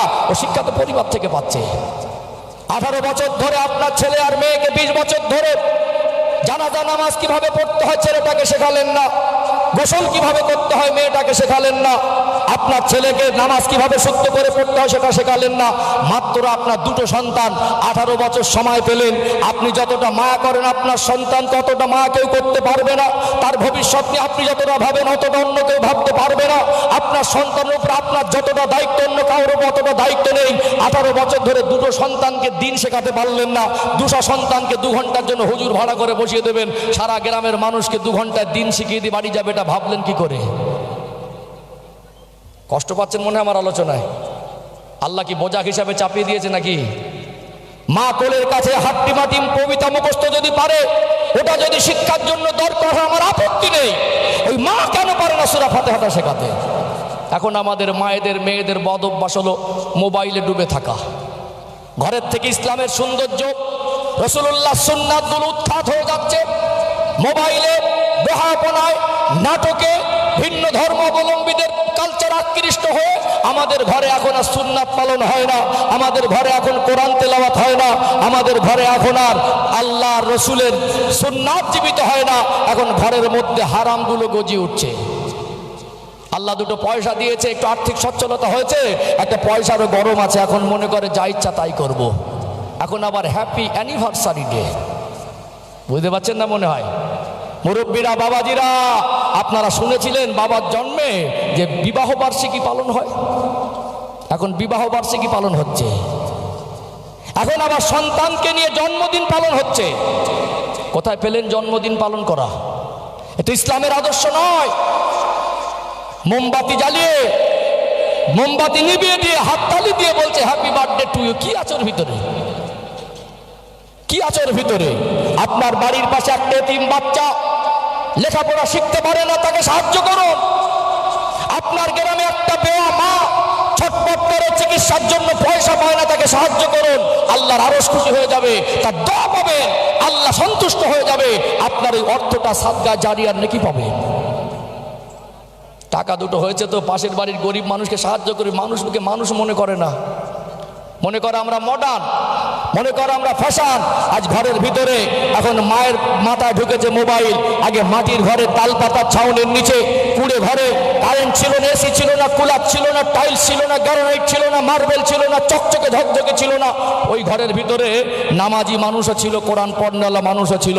আগে কোরআন খতম হতো, এখন সব সিরিয়াল খতম হয়। বাচ্চাটা কাঁদছে, ডিস্টার্ব করছে, ওই বাচ্চাটাকে কোলের কাছে টেনে নিয়ে বলছে এখানে আয়, বলছে এখানে আয়, কোলের কাছে আয়, ওকেও দেখাচ্ছে। ওর মাথায় ঢুকিয়ে দিয়েছে এই একটা মোবাইল, ওর মাথায় ঢুকিয়ে দিয়েছে কার্টুন, ওর মাথায় ঢুকিয়ে দিয়েছে ইন্টারনেট, ওর মাথায় ঢুকিয়ে দিয়েছে মোবাইলের অপশন। এখন ছেলেটা ভাত খাওয়ার সময়, মেয়েটা ভাত খাওয়ার সময় কাঁদছে, বলছে মোবাইল দিতে হবে। মাটা বলছে মোবাইল ছাড়া ভাত খায় না। আমরা ছোটবেলায় মোবাইল ছিল না, মনে হয় না খেয়ে মানুষ হয়েছে নাকি? ওকে অভ্যাস করিয়েছেন। মোবাইলটা মাথায় যদি ঢোকাতে পারেন, আপনার সন্তানকে আপনি কেন সূরা ফাতিহাটা শেখাতে পারলেন না? কেন 4টে কলেমা মুখস্থ নেই? এ দোষ তো জলসা কমিটির বক্তার ঘাড়ে ঠেলে দিলে সমাজ পরিবর্তন হবে না। এ দায়িত্বটা ছিল বাবা আর মার উপরে। কথা ঠিক বলছি না ভুল বলছি? কষ্ট পাচ্ছেন নাকি? এখানে বসে প্রতিজ্ঞাবদ্ধ হন, যদি পোশাকের দায়িত্ব নিতে পারি, চিকিৎসার দায়িত্ব নিতে পারি, খাবারের দায়িত্ব নিতে পারি, জেনারেল শিক্ষার দায়িত্ব নিতে পারি, জাহান্নাম থেকে বাঁচানোর জন্য তাকে ইসলামের বেসিক শিক্ষার দায়িত্বটাও আজ থেকে কাঁধে উঠিয়ে নেব। জলসা দেওয়া যদি বন্ধ করেও দেন, দায়িত্ববান যদি হন, দায়িত্বশীল যদি হন, সন্তানকে আমানত যদি মনে করতে পারেন, সন্তানের জাহান্নাম থেকে বাঁচানোর জন্য যদি এই দায়িত্বটা ঘাটে উঠিয়ে নেন, জলসা যদি 10 বছর নাও হয়, সমাজ পরিবর্তন হবে। আর যদি দায়িত্ব ঘাড়ে না নেন, পৃথিবীর সব থেকে বড় বক্তাকে এনে আর পৃথিবীর সব থেকে দামি চালের তাবারক রান্না করে আপনি সারা এলাকায় 20 কিলোমিটার জুড়ে মাইক আর লাইটিং করে সমাজ পরিবর্তন হবে না। আল্লাহ আমাদের বুঝ দান করেন, বলেন আল্লাহুম্মা আমিন। কষ্ট পাচ্ছেন নাকি? কষ্ট পাচ্ছেন? আসলে যেটা বোঝাতে চাইছিলাম, কোথায় আমাদের ব্যর্থতা, সেই অপশনটা কোথায়, সেই ঘাটতিটা কোথায়, যার কারণে আমরা যদি গাড়ি বাড়ির উন্নতি করতে পারি, আমাদের সন্তানের আদর্শের উন্নতি কেন হয় না? আখলাক চরিত্রের উন্নতি কেন হয় না? মনুষ্যত্বের উন্নতি কেন হয় না? ছেলের ছবি নিয়ে ঘুরছে, বিয়ের সময় ওই খড় খাবে না, গাদার গায়ে গা ঘষবে, ছেলেটাকে দেখেছি হিরোর মতো লাগছে। বলছে ভাই দেখাশোনা তো হচ্ছে, আমি গরিব মানুষ, আমার তো এখন আর্থিক অবস্থা খুব ভালো না, তো এখন আমি আপনার যে আর্থিক অবস্থা, আপনার সঙ্গে আমি ঠিক পেরে উঠবো না। কোনো ব্যাপার নেই, আমার কোনো দাবি নেই, আমার শুধু মেয়েটাই দরকার, মানে মেয়েটা সুন্দরী তো মেয়েটাই দরকার। কি বলছে? মেয়েটাই দরকার বলেছে, কোনো দাবি নেই। তখন মনে করছিল লোকটা খুব বড় মনের মানুষ, একটা বড় লোকই চিন্তাধারা তার মনের মধ্যে আছে। পরে মেয়েটাকে 6 মাস সংসার করার পরে বুঝতে পারছে এই বাড়ির ভিতরে যে মানুষগুলো আছে সব খাঁটি ছোট লোক। রাগ করবেন না। ঠিক বিবাহের সময় বলেছিল কোনো দাবি দাবা নেই, কোনো কিছু চাপাবো না আপনার ঘরে, শুধুমাত্র আপনার মেয়েটাকে আমার ছেলে পছন্দ করেছে। তো মেয়ের বাবা দেখছে আমার তো খুব অর্থনৈতিক অবস্থা একেবারে দিন আনা দিন খাওয়া, মেয়েটা যদি একটা ভালো বাড়িতে থাকে তো সুখে থাকবে, সেই আশা করে রাজি হলো, সে আশা করে রাজি হলো। ঠিক আছে ভাই, এক কাজ করেন, বন্ধু বান্ধব তো বেশি ছেলেরা, আমার কিছু বন্ধু বান্ধব আছে, আত্মীয় স্বজন আছে, জন 50 বরযাত্রী মেনে নেন। কি বলছে? জন 50 বরযাত্রী মেনে নেন, জামা পরবে চকচকে, জুমার দিন ফাঁস কাতারে বসে থাকবে, মনে হবে আল্লাহর ওলি এসেছে।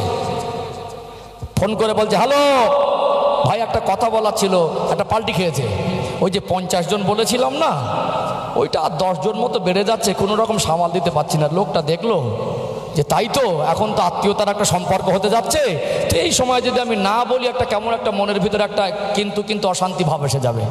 কি বলবে মানবতা, ভাই আসেন। তো মনে কর ঠিক আছে, আবার 2 দিন পরে ভাই হ্যালো, একটু কথা বলার ছিল আপনার সঙ্গে, আবার একটা ভুল খেয়ে দিকবাদি খেয়েছে, খেয়ে গিয়ে বলছে ভাই আর 2-4 জন বাড়তে পারে। বিয়ের দিন দেখা যাচ্ছে বরযাত্রী যাচ্ছে, প্রথম বলেছিল 50, তার ঘাড়ে চাপেন চলে যাচ্ছে 80 জন। আছে না নেই? আছে না নেই?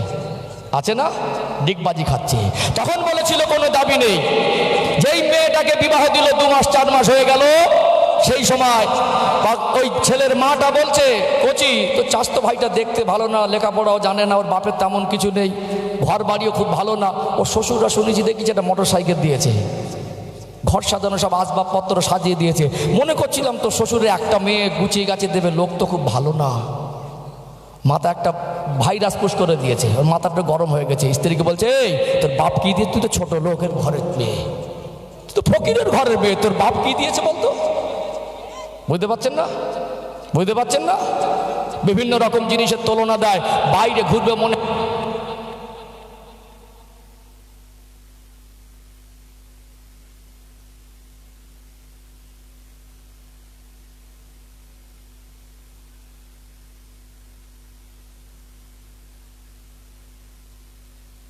হ্যালো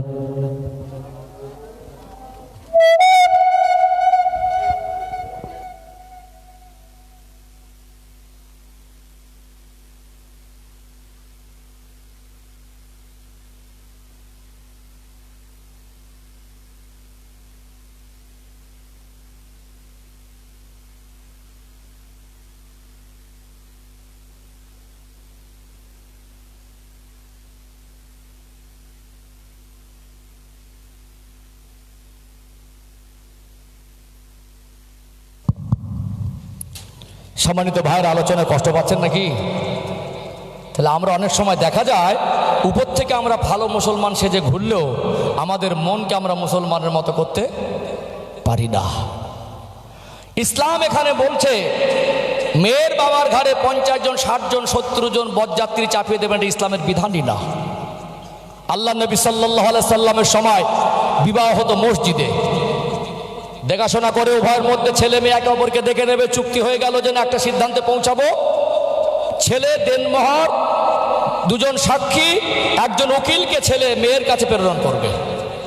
সেখানে গিয়ে ছেলের পক্ষ থেকে উকিল গিয়ে সাক্ষীর সামনে প্রস্তাব দেবে যে অমুক এলাকার মানুষ, তার বাবার নাম অমুক, এই ব্যক্তি আপনাকে এত টাকা দেনমোহরের বিবাহের জন্য প্রস্তাব দিয়েছে, আপনি যদি এই প্রস্তাবে রাজি হন তো আপনি যদি কবুল করেন তো আলহামদুলিল্লাহ, উনি যদি বলেন প্রস্তাবটাকে আমি মেনে নিলাম, তো এই ইজাব গেল, কবুল গেল সাক্ষীর সামনে, আলহামদুলিল্লাহ বিয়ে হয়ে গেল।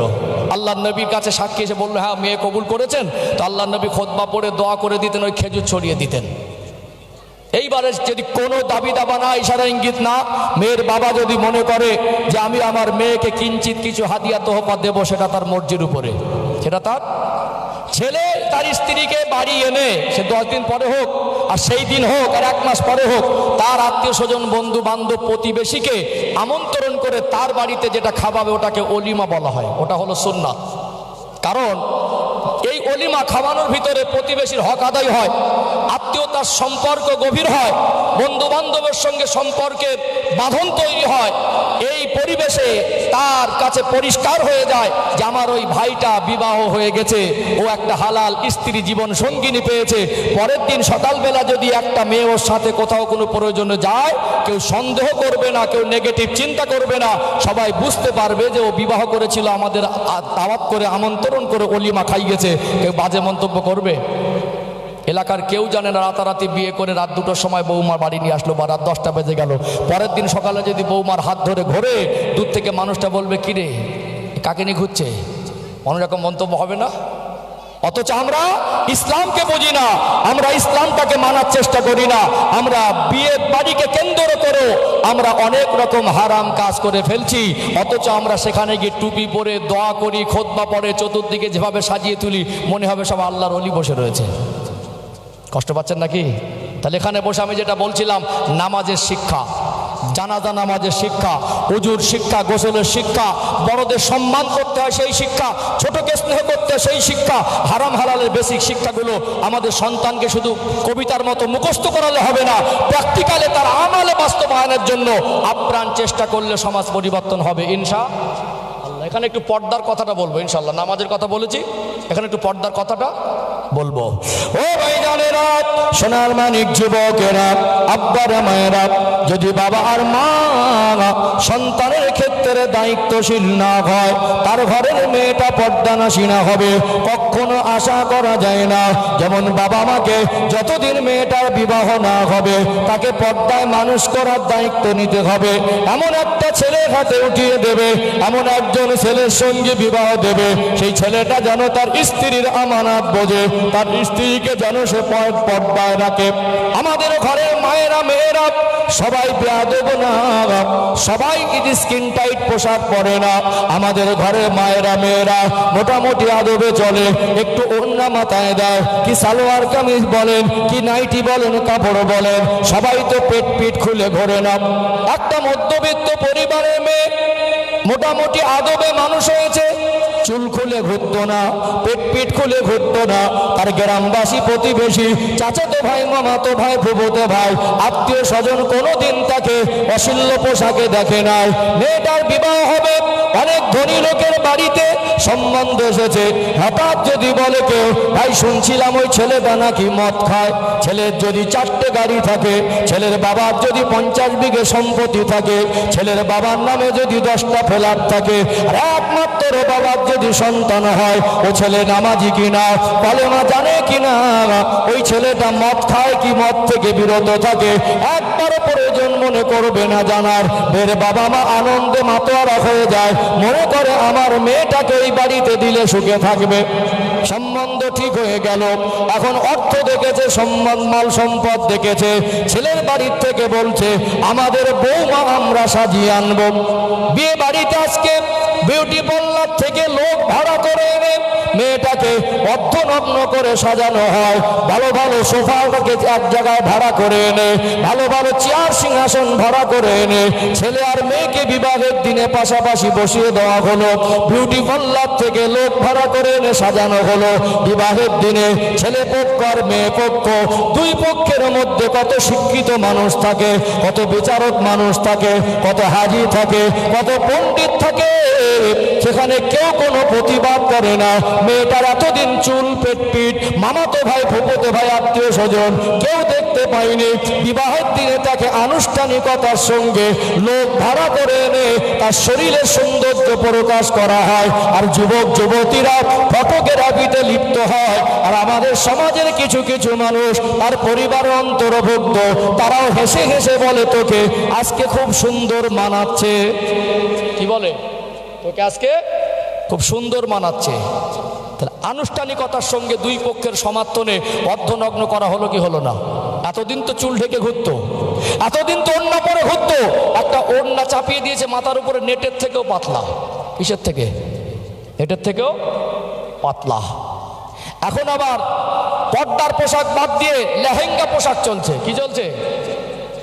দুটো পাট শর্ট, মানে স্কিন টাইট, একটা 18 বছর 19 বছরের যুবতী মেয়েকে সাজিয়ে গুছিয়ে সবার সামনে পেশ করা, আর জনগণ তাকে লাইন দিয়ে দেখা, বাহবা দেওয়া, ফটোগ্রাফিতে ব্যস্ত হওয়া। এখানে দুই পক্ষের কত পণ্ডিত, কত বিচারক, কত শিক্ষিত, কত বুদ্ধিমান, কত সমাজের নাম করা মানুষ দুই পক্ষের বিবাহের অনুষ্ঠানে থাকে না? কেউ কোনো প্রতিবাদ করলো না। ছেলেটা বিবাহ করে শ্বশুর বাড়ি থেকে স্ত্রীকে নিয়ে যাচ্ছে, গাড়িতে সেলফি তুলেই বাড়ি যাবার আগে ফেসবুকে চলে গেছে। স্ত্রী বাড়ি যাবার আগে স্ত্রী ফেসবুকের মধ্যে চলে গেছে। যাচ্ছে না? যায় না? 10 বছর বিবাহ বন্ধনে আবদ্ধ হয়ে সময় অতিবাহিত করেছে, আল্লাহ দুটো সন্তানও দিয়েছেন, সে বিবাহ করেছে, তার স্ত্রী হিসাবে তাকে জীবন সঙ্গী হিসাবে পেয়েছে। এই 10 বছরের জীবনে তার স্বামী কোনোদিন বলিনি যে পর্দা করতে হবে। তার স্বামী কোনোদিন চায় না তার স্ত্রী পর্দা করুক, তার স্বামী কোনোদিন চায় না তার স্ত্রী পর্দার মধ্যে থাকুক। সে নিজে কোনোদিন পর্দার পোশাক কিনেও দেয়নি, যখন যায় পর্দার সঙ্গে নিয়েও যায় না। আপনারা বলবেন হুজুর একটু ওয়াজ করেন তো, গ্রামে যেন একটু পর্দা নাসি না বাড়ে। আমি হুজুর যদি ফজর পর্যন্ত ওয়াজ করে করে গলা থেকে রক্ত বের করে দেই, কোরআনের আয়াতগুলো খুলে খুলে আপনাকে কোলের কাছে ডেকে বসেও দেখিয়ে দেই, তার স্বামী যদি দায়িত্ববান না হয়, বাবা মা এমনভাবে মানুষ করবে যে মেয়েটা পর্দায় মানুষ হবে, এমন একটা ছেলের হাতে তুলে দেবে, তার স্ত্রীকে পর্দায় রাখবে, এই রুলস যদি আমরা মেনে না চলি, এই দায়িত্ব যদি আমরা পালন না করি, বলুন হুজুরের ঘাড়ে দায়িত্ব তুলে দিয়ে কি সমাজে পর্দা নাশিনা বেড়ে যাবে? কি মনে হয়? বেড়ে যাবে? বেড়ে যাবে না। দায়িত্বশীল হতে হবে, স্বামীকে দায়িত্ব নিতে হবে, বাবা মাকে দায়িত্ব নিতে হবে। আপনি বাবা, আপনি মনে করবেন আমি সারাদিন পরিশ্রম করে হালাল টাকা এনেছি, এই হালাল টাকা দিয়ে এমন পোশাক আমি আমার সন্তানকে কিনে দেব না যে পোশাকে সন্তানের পর্দার হক আদায় হয় না। ওই পোশাক আমি আমার হালাল টাকা দিলে কোনোদিন আমি আমার মেয়েকে কিনে দিতে পারবো না। ছোট্ট থেকে যদি অভ্যাস করাতেন, পর্দায় মানুষ হতো না? কি মনে হতো না? তাহলে আমরা আমাদের নিজের দোষটা ঘাড়ে না রেখে চালাকি মেরে সমাজ পরিবর্তন হয় না বলে জলসা কমিটির বক্তাকে দায়বদ্ধ করে, তোরা যে এত টাকা দিয়ে জলসা করলি, কটা মানুষকে হেদায়েত করেছি। আমরা বলি এই এত দামি দামি বক্তা নিছে, বক্তাদের মুখে আর তাসির নেই, আর সমাজ পরিবর্তন হবে না, সব জলসা দিয়েও লাভ নেই। তাহলে দায়িত্ব পালন করা ছিল দরকার আমাদের সকলের। সেই দায়িত্ব পালনটা না করে আমরা নিজেরা ক্ষতি করে আর সেই দোষটা অন্যের ঘাড়ে কি গো চাপিয়ে দেওয়ার চেষ্টা করছি, আর দায়ভারটা বক্তারা জলসা কমিটির ঘাড়ের দিকে ঠেলে দেওয়ার চেষ্টা করছি। এতে কি সমাজ পরিবর্তন হবে? পরিবর্তন হবে না। আমাদেরকে দায়িত্ববান হতে হবে। কি হতে হবে? ডক্টর হলেও ছেলেটা নামাজি হবে, মাস্টার হলেও নামাজি হবে, তার যখন ব্যবসায়ী হলেও দিনদার হবে, তার যখন টাকা হবে মানুষকে ওয়াজ করে বলতে হবে না জাকাত দাও, গরিবের পাশে নিজে গিয়ে দাঁড়াবে। সে যদি কোনোদিন সমাজে নেতা হয়, ওই মানুষের ভিতরে যদি ইসলামের আদর্শ থাকে, তো সমাজের সেবক হবে, সমাজের সেবা করবে। আর সে যদি দুনিয়ায় কোনোদিন বিচারক হয়, তো ঘুষখোর হবে না, ন্যায় বিচারক হবে। আর আর নেতা যদি হয় জালেম আর চিটিংবাজ হবে না, সমাজের সেবক হবে। আপনার সন্তানকে সেদিন অজ করে বলতে হবে না বাবা আর মাকে ভাত দাও, সেদিন তার মনে হবে এমন, সে যদি বিদেশে কাজ করতে চলে যায় তার বাবা মার অর্থর তার পিছনে খরচা করা, তাদের বার্ধক্য জীবনে খেদমত করা, সেবা করা। হুজুর যদি এনে ওয়াজ করাতে নাও পারেন, আপনার সন্তানের হক আদায় করলে বার্ধক্য জীবনে আপনার সন্তান আপনার হক আদায় করবে ইনশা আল্লাহ। ও ভাইজানেরা, সোনার মানিক যুবকেরা, আব্বারা মায়েরা, দুনিয়াতে আমরা বাবা মা সন্তানগুলো হলো আমাদের কাছে আমানত। আমরা তাদেরকে ছোট থেকে দিনের শিক্ষা থেকে বঞ্চিত করতে পারবো না। আজকে যদি সন্তানের ভাগগুলো বাবা মা আদায় না করে, ছোট থেকে তাদের ভিতরে যদি দিনের শিক্ষাগুলো না দেয়, আপনি যখন বার্ধক্য জীবনে পৌঁছে যাবেন, আপনি তার হক বঞ্চিত করেছেন, সে আপনার হক আদায় করবে। এই অঙ্ক কি মেলানো সম্ভব? যদি কখনো কেউ ব্যতিক্রম ভাবে বাবা মার হক আদায় করে তো কপাল, আপনি তার হক নষ্ট করলে বার্ধক্য জীবনে তার ফলাফল পেতে হবে। এটা হলো সোজা হিসাব। দুনিয়াতে সন্তানের হক নষ্ট করলে সন্তানের দ্বারা আপনার দুনিয়ার মান সম্মানেরও ক্ষতি হতে পারে, সন্তানের দ্বারা আপনাকে কষ্ট পেতেও হতে পারে। যদি আপনার সন্তান সৎ আদর্শবান না হয়, তার ভিতরে ইসলামের আদর্শ যদি না থাকে, ওই ছেলেটা যদি মদ খায়, আপনাকে এলাকার মানুষ চিনবে মদখোরের বাবা বলে। আপনার ছেলেটা যদি চোর হয়, চুরি করতে গিয়ে যদি কোনোদিন ধরা খায়, আপনাকে এলাকার মানুষ চোরের বাবা বলে চিনবে। আপনার ছেলেটা যদি তার আচরণের মধ্যে রাপ আচরণ থাকে, ছেলেটা যদি সমাজে কোনো কুকর্ম করে, খারাপ কাজ করে, মানুষের কোনো সম্মান না করে, ওই ছেলেটা যদি সমাজে সবসময় খারাপ কাজ করে, তার ওই সন্তানের কারণে আপনার নামটাও ব্যবহার হয় অমুক লোকের ছেলে। দুনিয়ায় সন্তানের হক যদি আদায় না করেন, দুনিয়াতে আপনার হক আদায় করবে এটার যেমন কোনো নিশ্চয়তা নেই। তারপরেও দেখবেন বার্ধক্য জীবন অনেক বাবা মা কষ্ট পেয়ে সন্তানদের জন্য আল্লাহর কাছে বদদোয়া করে। একটা বাবা মা যখন বার্ধক্যে পৌঁছে যায়, এই বাবা মা মৃত্যুর বিছানায় মৌতের জাকান্দানি কষ্ট পায়, শুধুমাত্র সন্তানদেরকে ইসলাম শিক্ষা থেকে বঞ্চিত হওয়ার কারণে। অতি বাস্তবতা একটা বিষয় তুলে ধরে খুব গভীর মনোযোগ দিয়ে শুনুন। আপনি আপনার সন্তানদের হক আদায় না করলে আপনি যে শান্তিতে মরবেন, হয়তো বা আপনাকে শান্তিতে মরতেও দেবে না, শান্তিতে মরতেও দেবে না। এই কথাটা অনেকে ভাবছে না হুজুর এইরকম কথা কেন বললেন, একটু ব্যাখ্যা দিলে পরিষ্কার হয়ে যাবে ইনশাআল্লাহ। অনেক সময় দেখা যায় একজন মানুষ মুমূর্ষু অবস্থায় মৌতের জাকান্দানি কষ্ট পায়, যখন খবর হয়ে যায় ছেলে মেয়েদের কাছে বাবা অসুস্থ অথবা মা অসুস্থ, চতুর্দিক থেকে যখন খবর পায় আর হয়তো বেশি দিন বাঁচবে না, আর কতক্ষণ বাঁচবে তার গ্যারান্টি নেই। চতুর্দিক থেকে তখন দামি দামি মিষ্টি, রসগোল্লা, দই, রসমালাই, আপেল, ডালিম, বেদানা নিয়ে সকলে মাথার ধারে এসে লাইন দিয়ে তাকে খাওয়ানোর চেষ্টা করে। সন্তান বাবাকে তো তখন খাওয়ানো দরকার ছিল যখন বাবা খেতে পারত, মা খেতে পারত।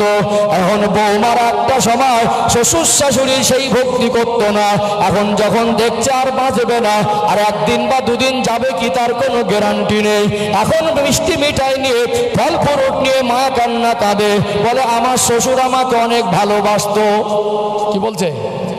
যখন খেতে পারত তখন কেউ এনে দিত না, এখন শ্বশুরের মাথার ধারে দাঁড়িয়ে দাঁড়িয়ে বলছে আমার শ্বশুর আমাকে খুব ভালোবাসতো, একটু আমি এক গ্লাস পানি দেই। একটা মানুষ মুমূর্ষু অবস্থা আছে, ছেলে আর মেয়েগুলো লাইন দিয়ে গালে পানি দিচ্ছে। একজন মেয়ে বলছে আমার হাতের পানিটা খেয়ে আমার আব্বা মরেছে। কি বলছে? কি বলছে? আমার হাতের পানিটা খেয়ে আর আমার আব্বা মরেছে। একটা মানুষ মরে যাবার পরেও গালে পানি ঠাসছে, এরকম চিত্র মাঝে মাঝে নজরে আসে, বুঝতে পারেননি মনে হয়। মরে যাবার পরেও গালে পানি ঠাসে। নবী আমার সোনার জবানে বলেন, একটা মানুষ যখন মুমূর্ষু অবস্থায় থাকে, ওই মানুষটাকে কলেমা শরীফের তালকিন দিতে হবে। কিসের তালকিন দিতে হবে? কলেমা শরীফের তালকিনের অর্থ প্রেসার ক্রিয়েট করা যাবে না, জোর করে পড়ানো যাবে না। পড়া কলেমা পড়ো, কলেমা পড়ো এমন করে বলা যাবে না। কলেমা শরীফের তালকিনের অর্থ হলো তাকে কলেমা শরীফটা শোনাতে হবে। তালকিনের অর্থ পড়ানো নয়। এই জন্য আল্লাহ পাক কোরআনুল কারীমে বলেন, ফাইজা জাআ আজালুহুম লা ইস্তাখিরুনা সাআতাও ওয়া লা ইস্তাকদিমুন। আল্লাহ বলেন, বান্দা বান্দি যখন ইন্তেকালের সময় হয়ে যাবে, সামান্য যারা টাইম আগে পিছে করা হবে না। হয়তো ওই মানুষটা মওতের কষ্ট পাচ্ছে, ওই সময় আল্লাহ তাকে 10 মিনিট বা 10 সেকেন্ড হায়াত দিয়েছেন, এটা আমাদের কারোর জানা থাকে না। ওই মানুষটা হয়তো বা আর 1 মিনিটের মধ্যে মারা যাবে। শরীরে এত কষ্ট হচ্ছে, আর কথা বলার শক্তি নেই। আপনি যদি চেষ্টা করেন, তার শারীরিক অবস্থার অবনতি হয়েছে, কথা বলার শক্তি নাই, আপনি কি জোর করে কলেমা পড়াতে পারবেন? কলেমার তালকিনের অর্থ কলেমা শরীফটা শোনাতে হবে। যদি জবান খুলে পড়ার ক্ষমতা না থাকে, যদি মনে মনে সমর্থন করেন, ওটাও আল্লাহ পাকের দরবারে কলেমা পড়ার মধ্যে শামিল হয়ে যাবে। ও ভাইরা বাবাজিরা, আর একটা মানুষ মুমূর্ষু অবস্থায় থাকলে তাকে কি না খাইয়ে রাখবেন? খেতে তো দিতে হবে, প্রয়োজন মতো সময় মতো খাওয়াবেন।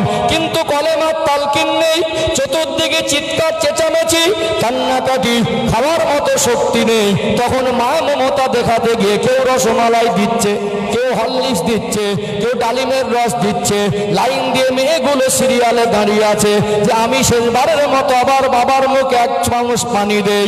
এখানে যদি কষ্ট পায়, এখানে উচিত হলো কোরআনুল কারীম, মহামানিত আল কোরআন, আল্লাহ পাক যে মহামূল্যবান কিতাব দিয়েছেন, যদি কোনো মানুষ মুমূর্ষু অবস্থায় কষ্ট পায়, তার মাথার দ্বারে বসে বসে যদি কোরআনুল কারীম থেকে সূরা ইয়াসিন শরীফ তেলাওয়াত করে শোনানো হয়, আমার আল্লাহর দয়া, আল্লাহর করুণা, আমার আল্লাহ মওতের কষ্টটাকে সহজ করে দেন। জোরে বলুন সুবহানাল্লাহ। বরং দোয়া করা, আল্লাহ আমার আব্বার যদি হাত থাকে তো আপনি সুস্থ করে দেন, হাত যদি না থাকে আল্লাহ সাকরাতুল মওতের কষ্টকে আপনি হালকা করে দিয়ে ঈমানের সঙ্গে মওত দেন। কিন্তু কান্নাকাটি করে তখন দরদ দেখাতে গিয়ে মুখে খাবার ঠাসা, এই কথার তো অর্থ একটা মানুষকে মরণের সময় শান্তিতে মরতেও দেয় না। মারা যাবার পরে ছেলেটাকে 20 বছর ধরে বাবা তার জীবনে কষ্ট মেহনতে পয়সা দিয়ে খাইয়েছে, পোশাক কিনে দিয়েছে, অসুস্থ ছিল চিকিৎসার জন্য মানুষের কাছে হাত পেতে ধার করেছে, ভিক্ষা করেছে। এই সন্তানটা আজকে বাবার লাশ খাটিয়ায় করে কাঁধে করে নিয়ে গেল। ইমাম সাহেবকে বলছে, হুজুর নিয়তটা বাংলায় বলে দেন। যে মানুষ তার বাবা মারা গেল, তার যা মানসিক অবস্থা, তার জীবনে যা কষ্ট এই সময় অনুভূতি হচ্ছে, তার মাথার উপর থেকে যাবে না কানের ভিতরে যাবে। নিয়ত বলে দিল, কোন দিক থেকে চলে গেল বুঝতে পারল না। আপনি বাবা, আপনি মা, তাকে জানাজার শিক্ষাটুকু দিলেন না। তার ফলাফল আপনি যদি লাশ ও খাটিয়ার মধ্যে শুয়ে আছেন, জানাজার কাতারে কাতারে মানুষ দাঁড়িয়েছে, সেদিন আপনি আপনার সন্তানের থেকে ধোঁকা খেয়ে যাবেন। আপনার কলিজার টুকরা সন্তান, তার জন্য কত চোখের পানি ফেলেছেন। আজকে আপনার সন্তানটা লাশটাকে কাফন পরিয়ে খাটিয়ায় রেখে আপনাকে ধোঁকা দিয়েছে। জানাজাটা যেভাবে পড়তে হয় সেই নিয়মে তো জানাজাটা পড়তে পারে নাই। ওই ছেলেটা কবরস্থানে গেলে 3 মুঠা মাটি দিল। চলে আসার পরে বাবার সম্পদ নিয়ে টানাটানি বেঁধে গেল। 1টা বছর চলে গেল, 2টো বছর চলে গেল, বাবার কবরের ধারে যাওয়ার প্রয়োজন মনে করে না। এই রকম সন্তান আছে না নেই? মেয়েটা বাবার বাড়ি ছিল, শুনেছে আব্বা অসুস্থ, আব্বার বাড়ি চলে আসলো। আব্বা মারা যাবার পরে চিৎকার মেরে মেরে কাঁদলো। 4 দিন 1 সপ্তাহ বাবার বাড়ি ছিল। আব্বা সবরেসানের খাবারটা 4 দিনে খেলো। একটা দিনও কোরআন তেলাওয়াত করিনি, এক ওয়াক্ত নামাজ পড়িনি। বলুন তো দেখি ওই মেয়েটার দ্বারা বাবার মা কতটা উপকৃত হবে? মেয়েটাকে যদি পর্দায় মানুষ করতেন, নামাজের শিক্ষা দিতেন, কোরআনের শিক্ষা দিতেন, বাবার কষ্ট দেখে মেয়েটা কোরআন তেলাওয়াত করে আল্লাহর কাছে দোয়া চাইতো। আব্বা মারা যাবার পরে যদি জানাজা হতো জোহরের পরে, মেয়েটা মনে মনে করত, রক্তে আসর রক্তে আল্লাহ আমার আব্বার লাশটাকে খাটিয়ায় করে নিয়ে চলে গেল। আমি মেয়ে মানুষ বলে শরীয়তের নিষেধ আছে, আমার জন্য জানাজার ময়দানে যাওয়া যায় না, আমার জন্য কবরস্থানে গিয়ে 3 মুঠা মাটি দেওয়ার অপশন নেই। আমার ভাই আমার আব্বার লাশটাকে কাঁধে করে নিয়ে গেছে, আমার আব্বার জানাজার কাতারে দাঁড়িয়েছে, আমার আব্বার কবরে 3 মুঠা করে মাটি দিয়েছে। আমি মেয়ে বলে ফাটিয়াটা কাঁধে নিতে পারলাম না, জানাজার কাতারে দাঁড়াতে পারলাম না, কবরে গিয়ে মাটি দিতে পারলাম না। আসরের রক্ত হয়ে যেত। ওই নামাজি কোরআন পড়নেওয়ালি মেয়ে উযু করে নামাজের মাসাল্লায় বসে আল্লাহর কাছে চোখের পানি ফেলে ফেলে কাঁদতো, রব্বির হামহুমা কামা রব্বায়ানি সগীরা। আর সারা জীবনের মতো আব্বা বলাটা উঠে গেল। আল্লাহ আমার আব্বা জীবনের গুনাহ মাফ করে দেন, মায়ের জীবনের গুনাহ মাফ করে দেন। সন্তানকে যদি ছোট থেকে তার ভিতর ইসলামের শিক্ষা দিতেন, আপনি কবরে যাওয়ার পরে ওই সন্তানটা কোরআন তেলাওয়াত করে নামাজের মুসল্লায় বসে চোখের পানি ফেলে দিতেন, আর ওই চোখের পানিটাকে আমার আল্লাহ আব্বা মায়ের জন্য নাজাতের ওসিলা করে দিতে। জোরে বলুন না। বিশ্বাস করুন, শুধু কোরআন শরীফ শিখিয়েছিল এই জন্য বিয়ে দিতে অসুবিধা হবে বলে। কি বলে? নিয়তটাই ছিল। স্ত্রীকে প্রেশার ক্রিয়েট করছে, মেয়ে তো বড় হচ্ছে, ও মক্তবে যায় না কেন, দেখতে আসলেই তো জিজ্ঞেস করবে কোরআন শরীফ জানে কিনা। এই জন্য মেয়েটা টেনে কষে কোরআন শরীফ শিক্ষাটা হয়েছে, ছেলেটার আর হলো না, ছেলেটার আর হলো না। কথা মনে বুঝতে পারছেন না? কোরআন শরীফের শিক্ষা দিতে হবে ওকে ইসলামের শিক্ষা হিসাবে, জাহান্নাম থেকে বাঁচার পথ হিসাবে, অথচ আমরা শিক্ষা দেই ওকে মানে বিয়ে দিতে অসুবিধা হবে সেই জন্যে। কথায় কষ্ট পাচ্ছেন নাকি? মেয়েটা যদি 200 কিলোমিটার দূরে শ্বশুর বাড়ি হয়, আব্বার কবরের ধারে আসার দরকার হবে না, সারাদিন সংসারের কাজ সেমলে কোরআন তেলাওয়াত করে আল্লাহর কাছে কাঁদবে। এই চোখের পানিটা 200 কিলোমিটার দূরে আব্বার কবরে শান্তির আল্লাহ কারণ বানিয়ে দেবে। জোরে বলুন। ছেলে মদ খেয়ে পড়ে আছে, আব্বার মরণ খবর যাচ্ছে, তখন গোংরাচ্ছে, বুঝতে পারছেন না? হ্যালো, কোথায় আছিস? বলছে ওকে বলিস নি, বল বাড়ি আসতে বল, আব্বা মারা গেছে। তখন ওর হুঁশ ফিরছে না, মানে মদ খেয়ে পড়ে আছে। কি ছেলে আমরা তৈরি করেছি, বুঝতে পারছেন না? আমাদের গাফিলাতে নেই, আমাদের অবহেলা নেই, তাদের আমরা হক নষ্ট করিনি। আপনার ছেলেটাকে 4 বছর 5 বছর 6 বছর থেকে 7 বছর থেকে ওই বাচ্চাটাকে আপনি দাদু হিসাবে, আপনি বাবা হিসাবে সন্তানটার হাত ধরে যদি মসজিদে 5 ওয়াক্ত নিয়ে যেতেন, অভ্যাস হতো না? হতো না অভ্যাস? আপনি মা, আপনি যখন বের হবেন যদি পর্দায় বের হতেন, নিজের মেয়েটাকে যদি পর্দার পোশাকে বের করতেন, ওই মেয়েটা পর্দা নশীনা হতো না? আপনি মা, আজান হয়ে গেলে উজু করে নামাজে দাঁড়ানোর আগে মেয়েটার হাত ধরে বলতেন উজু করো, আমিও পড়বো, আমার পাশে তুমি দাঁড়াও, ঘরে নামাজ কায়েম হতো না? কবে নামাজ পড়েছিল মনেই নেই। বাবা মারা গেল 4 দিন 1 সপ্তাহ ছিল, 4 দিনের খাবারটা খেয়েছে, কেটেছে 3-4 দিন। এক ওয়াক্ত নামাজও পড়িনি, 1 লাইন কোরআন তেলাওয়াত করিনি। শ্বশুর বাড়ি গিয়ে আবার সে সিরিয়াল কাজা তুলছে। এ দোষ কার? সব ছেলে মেয়েদের নাকি? আমরা তাদেরকে মানুষের মতো মানুষ করতে ব্যর্থ হয়েছি। আমি আবারও বলছি, পোশাক দিতে পারি, এটা দায়িত্ব নিলেন, বুঝলেন, চিকিৎসার দায়িত্ব বুঝলেন, খাবারের দায়িত্ব বুঝলেন, বাংলা লেখাপড়া জেনারেল শিক্ষার দায়িত্ব বুঝলেন, জাহান্নাম থেকে বাঁচানোর দায়িত্বটা কেন বুঝলেন না? এই 4টে যদি পারি, এটাও পারবো। এটা কাঁধে উঠিয়ে নেন, আমাদের সন্তানরা দিনদার হিসাবে প্রতিষ্ঠিত হবে, আমাদের সন্তানরা দেশের সুনাগরিক হবে, আমাদের সন্তানদের চেহারা কালো হলো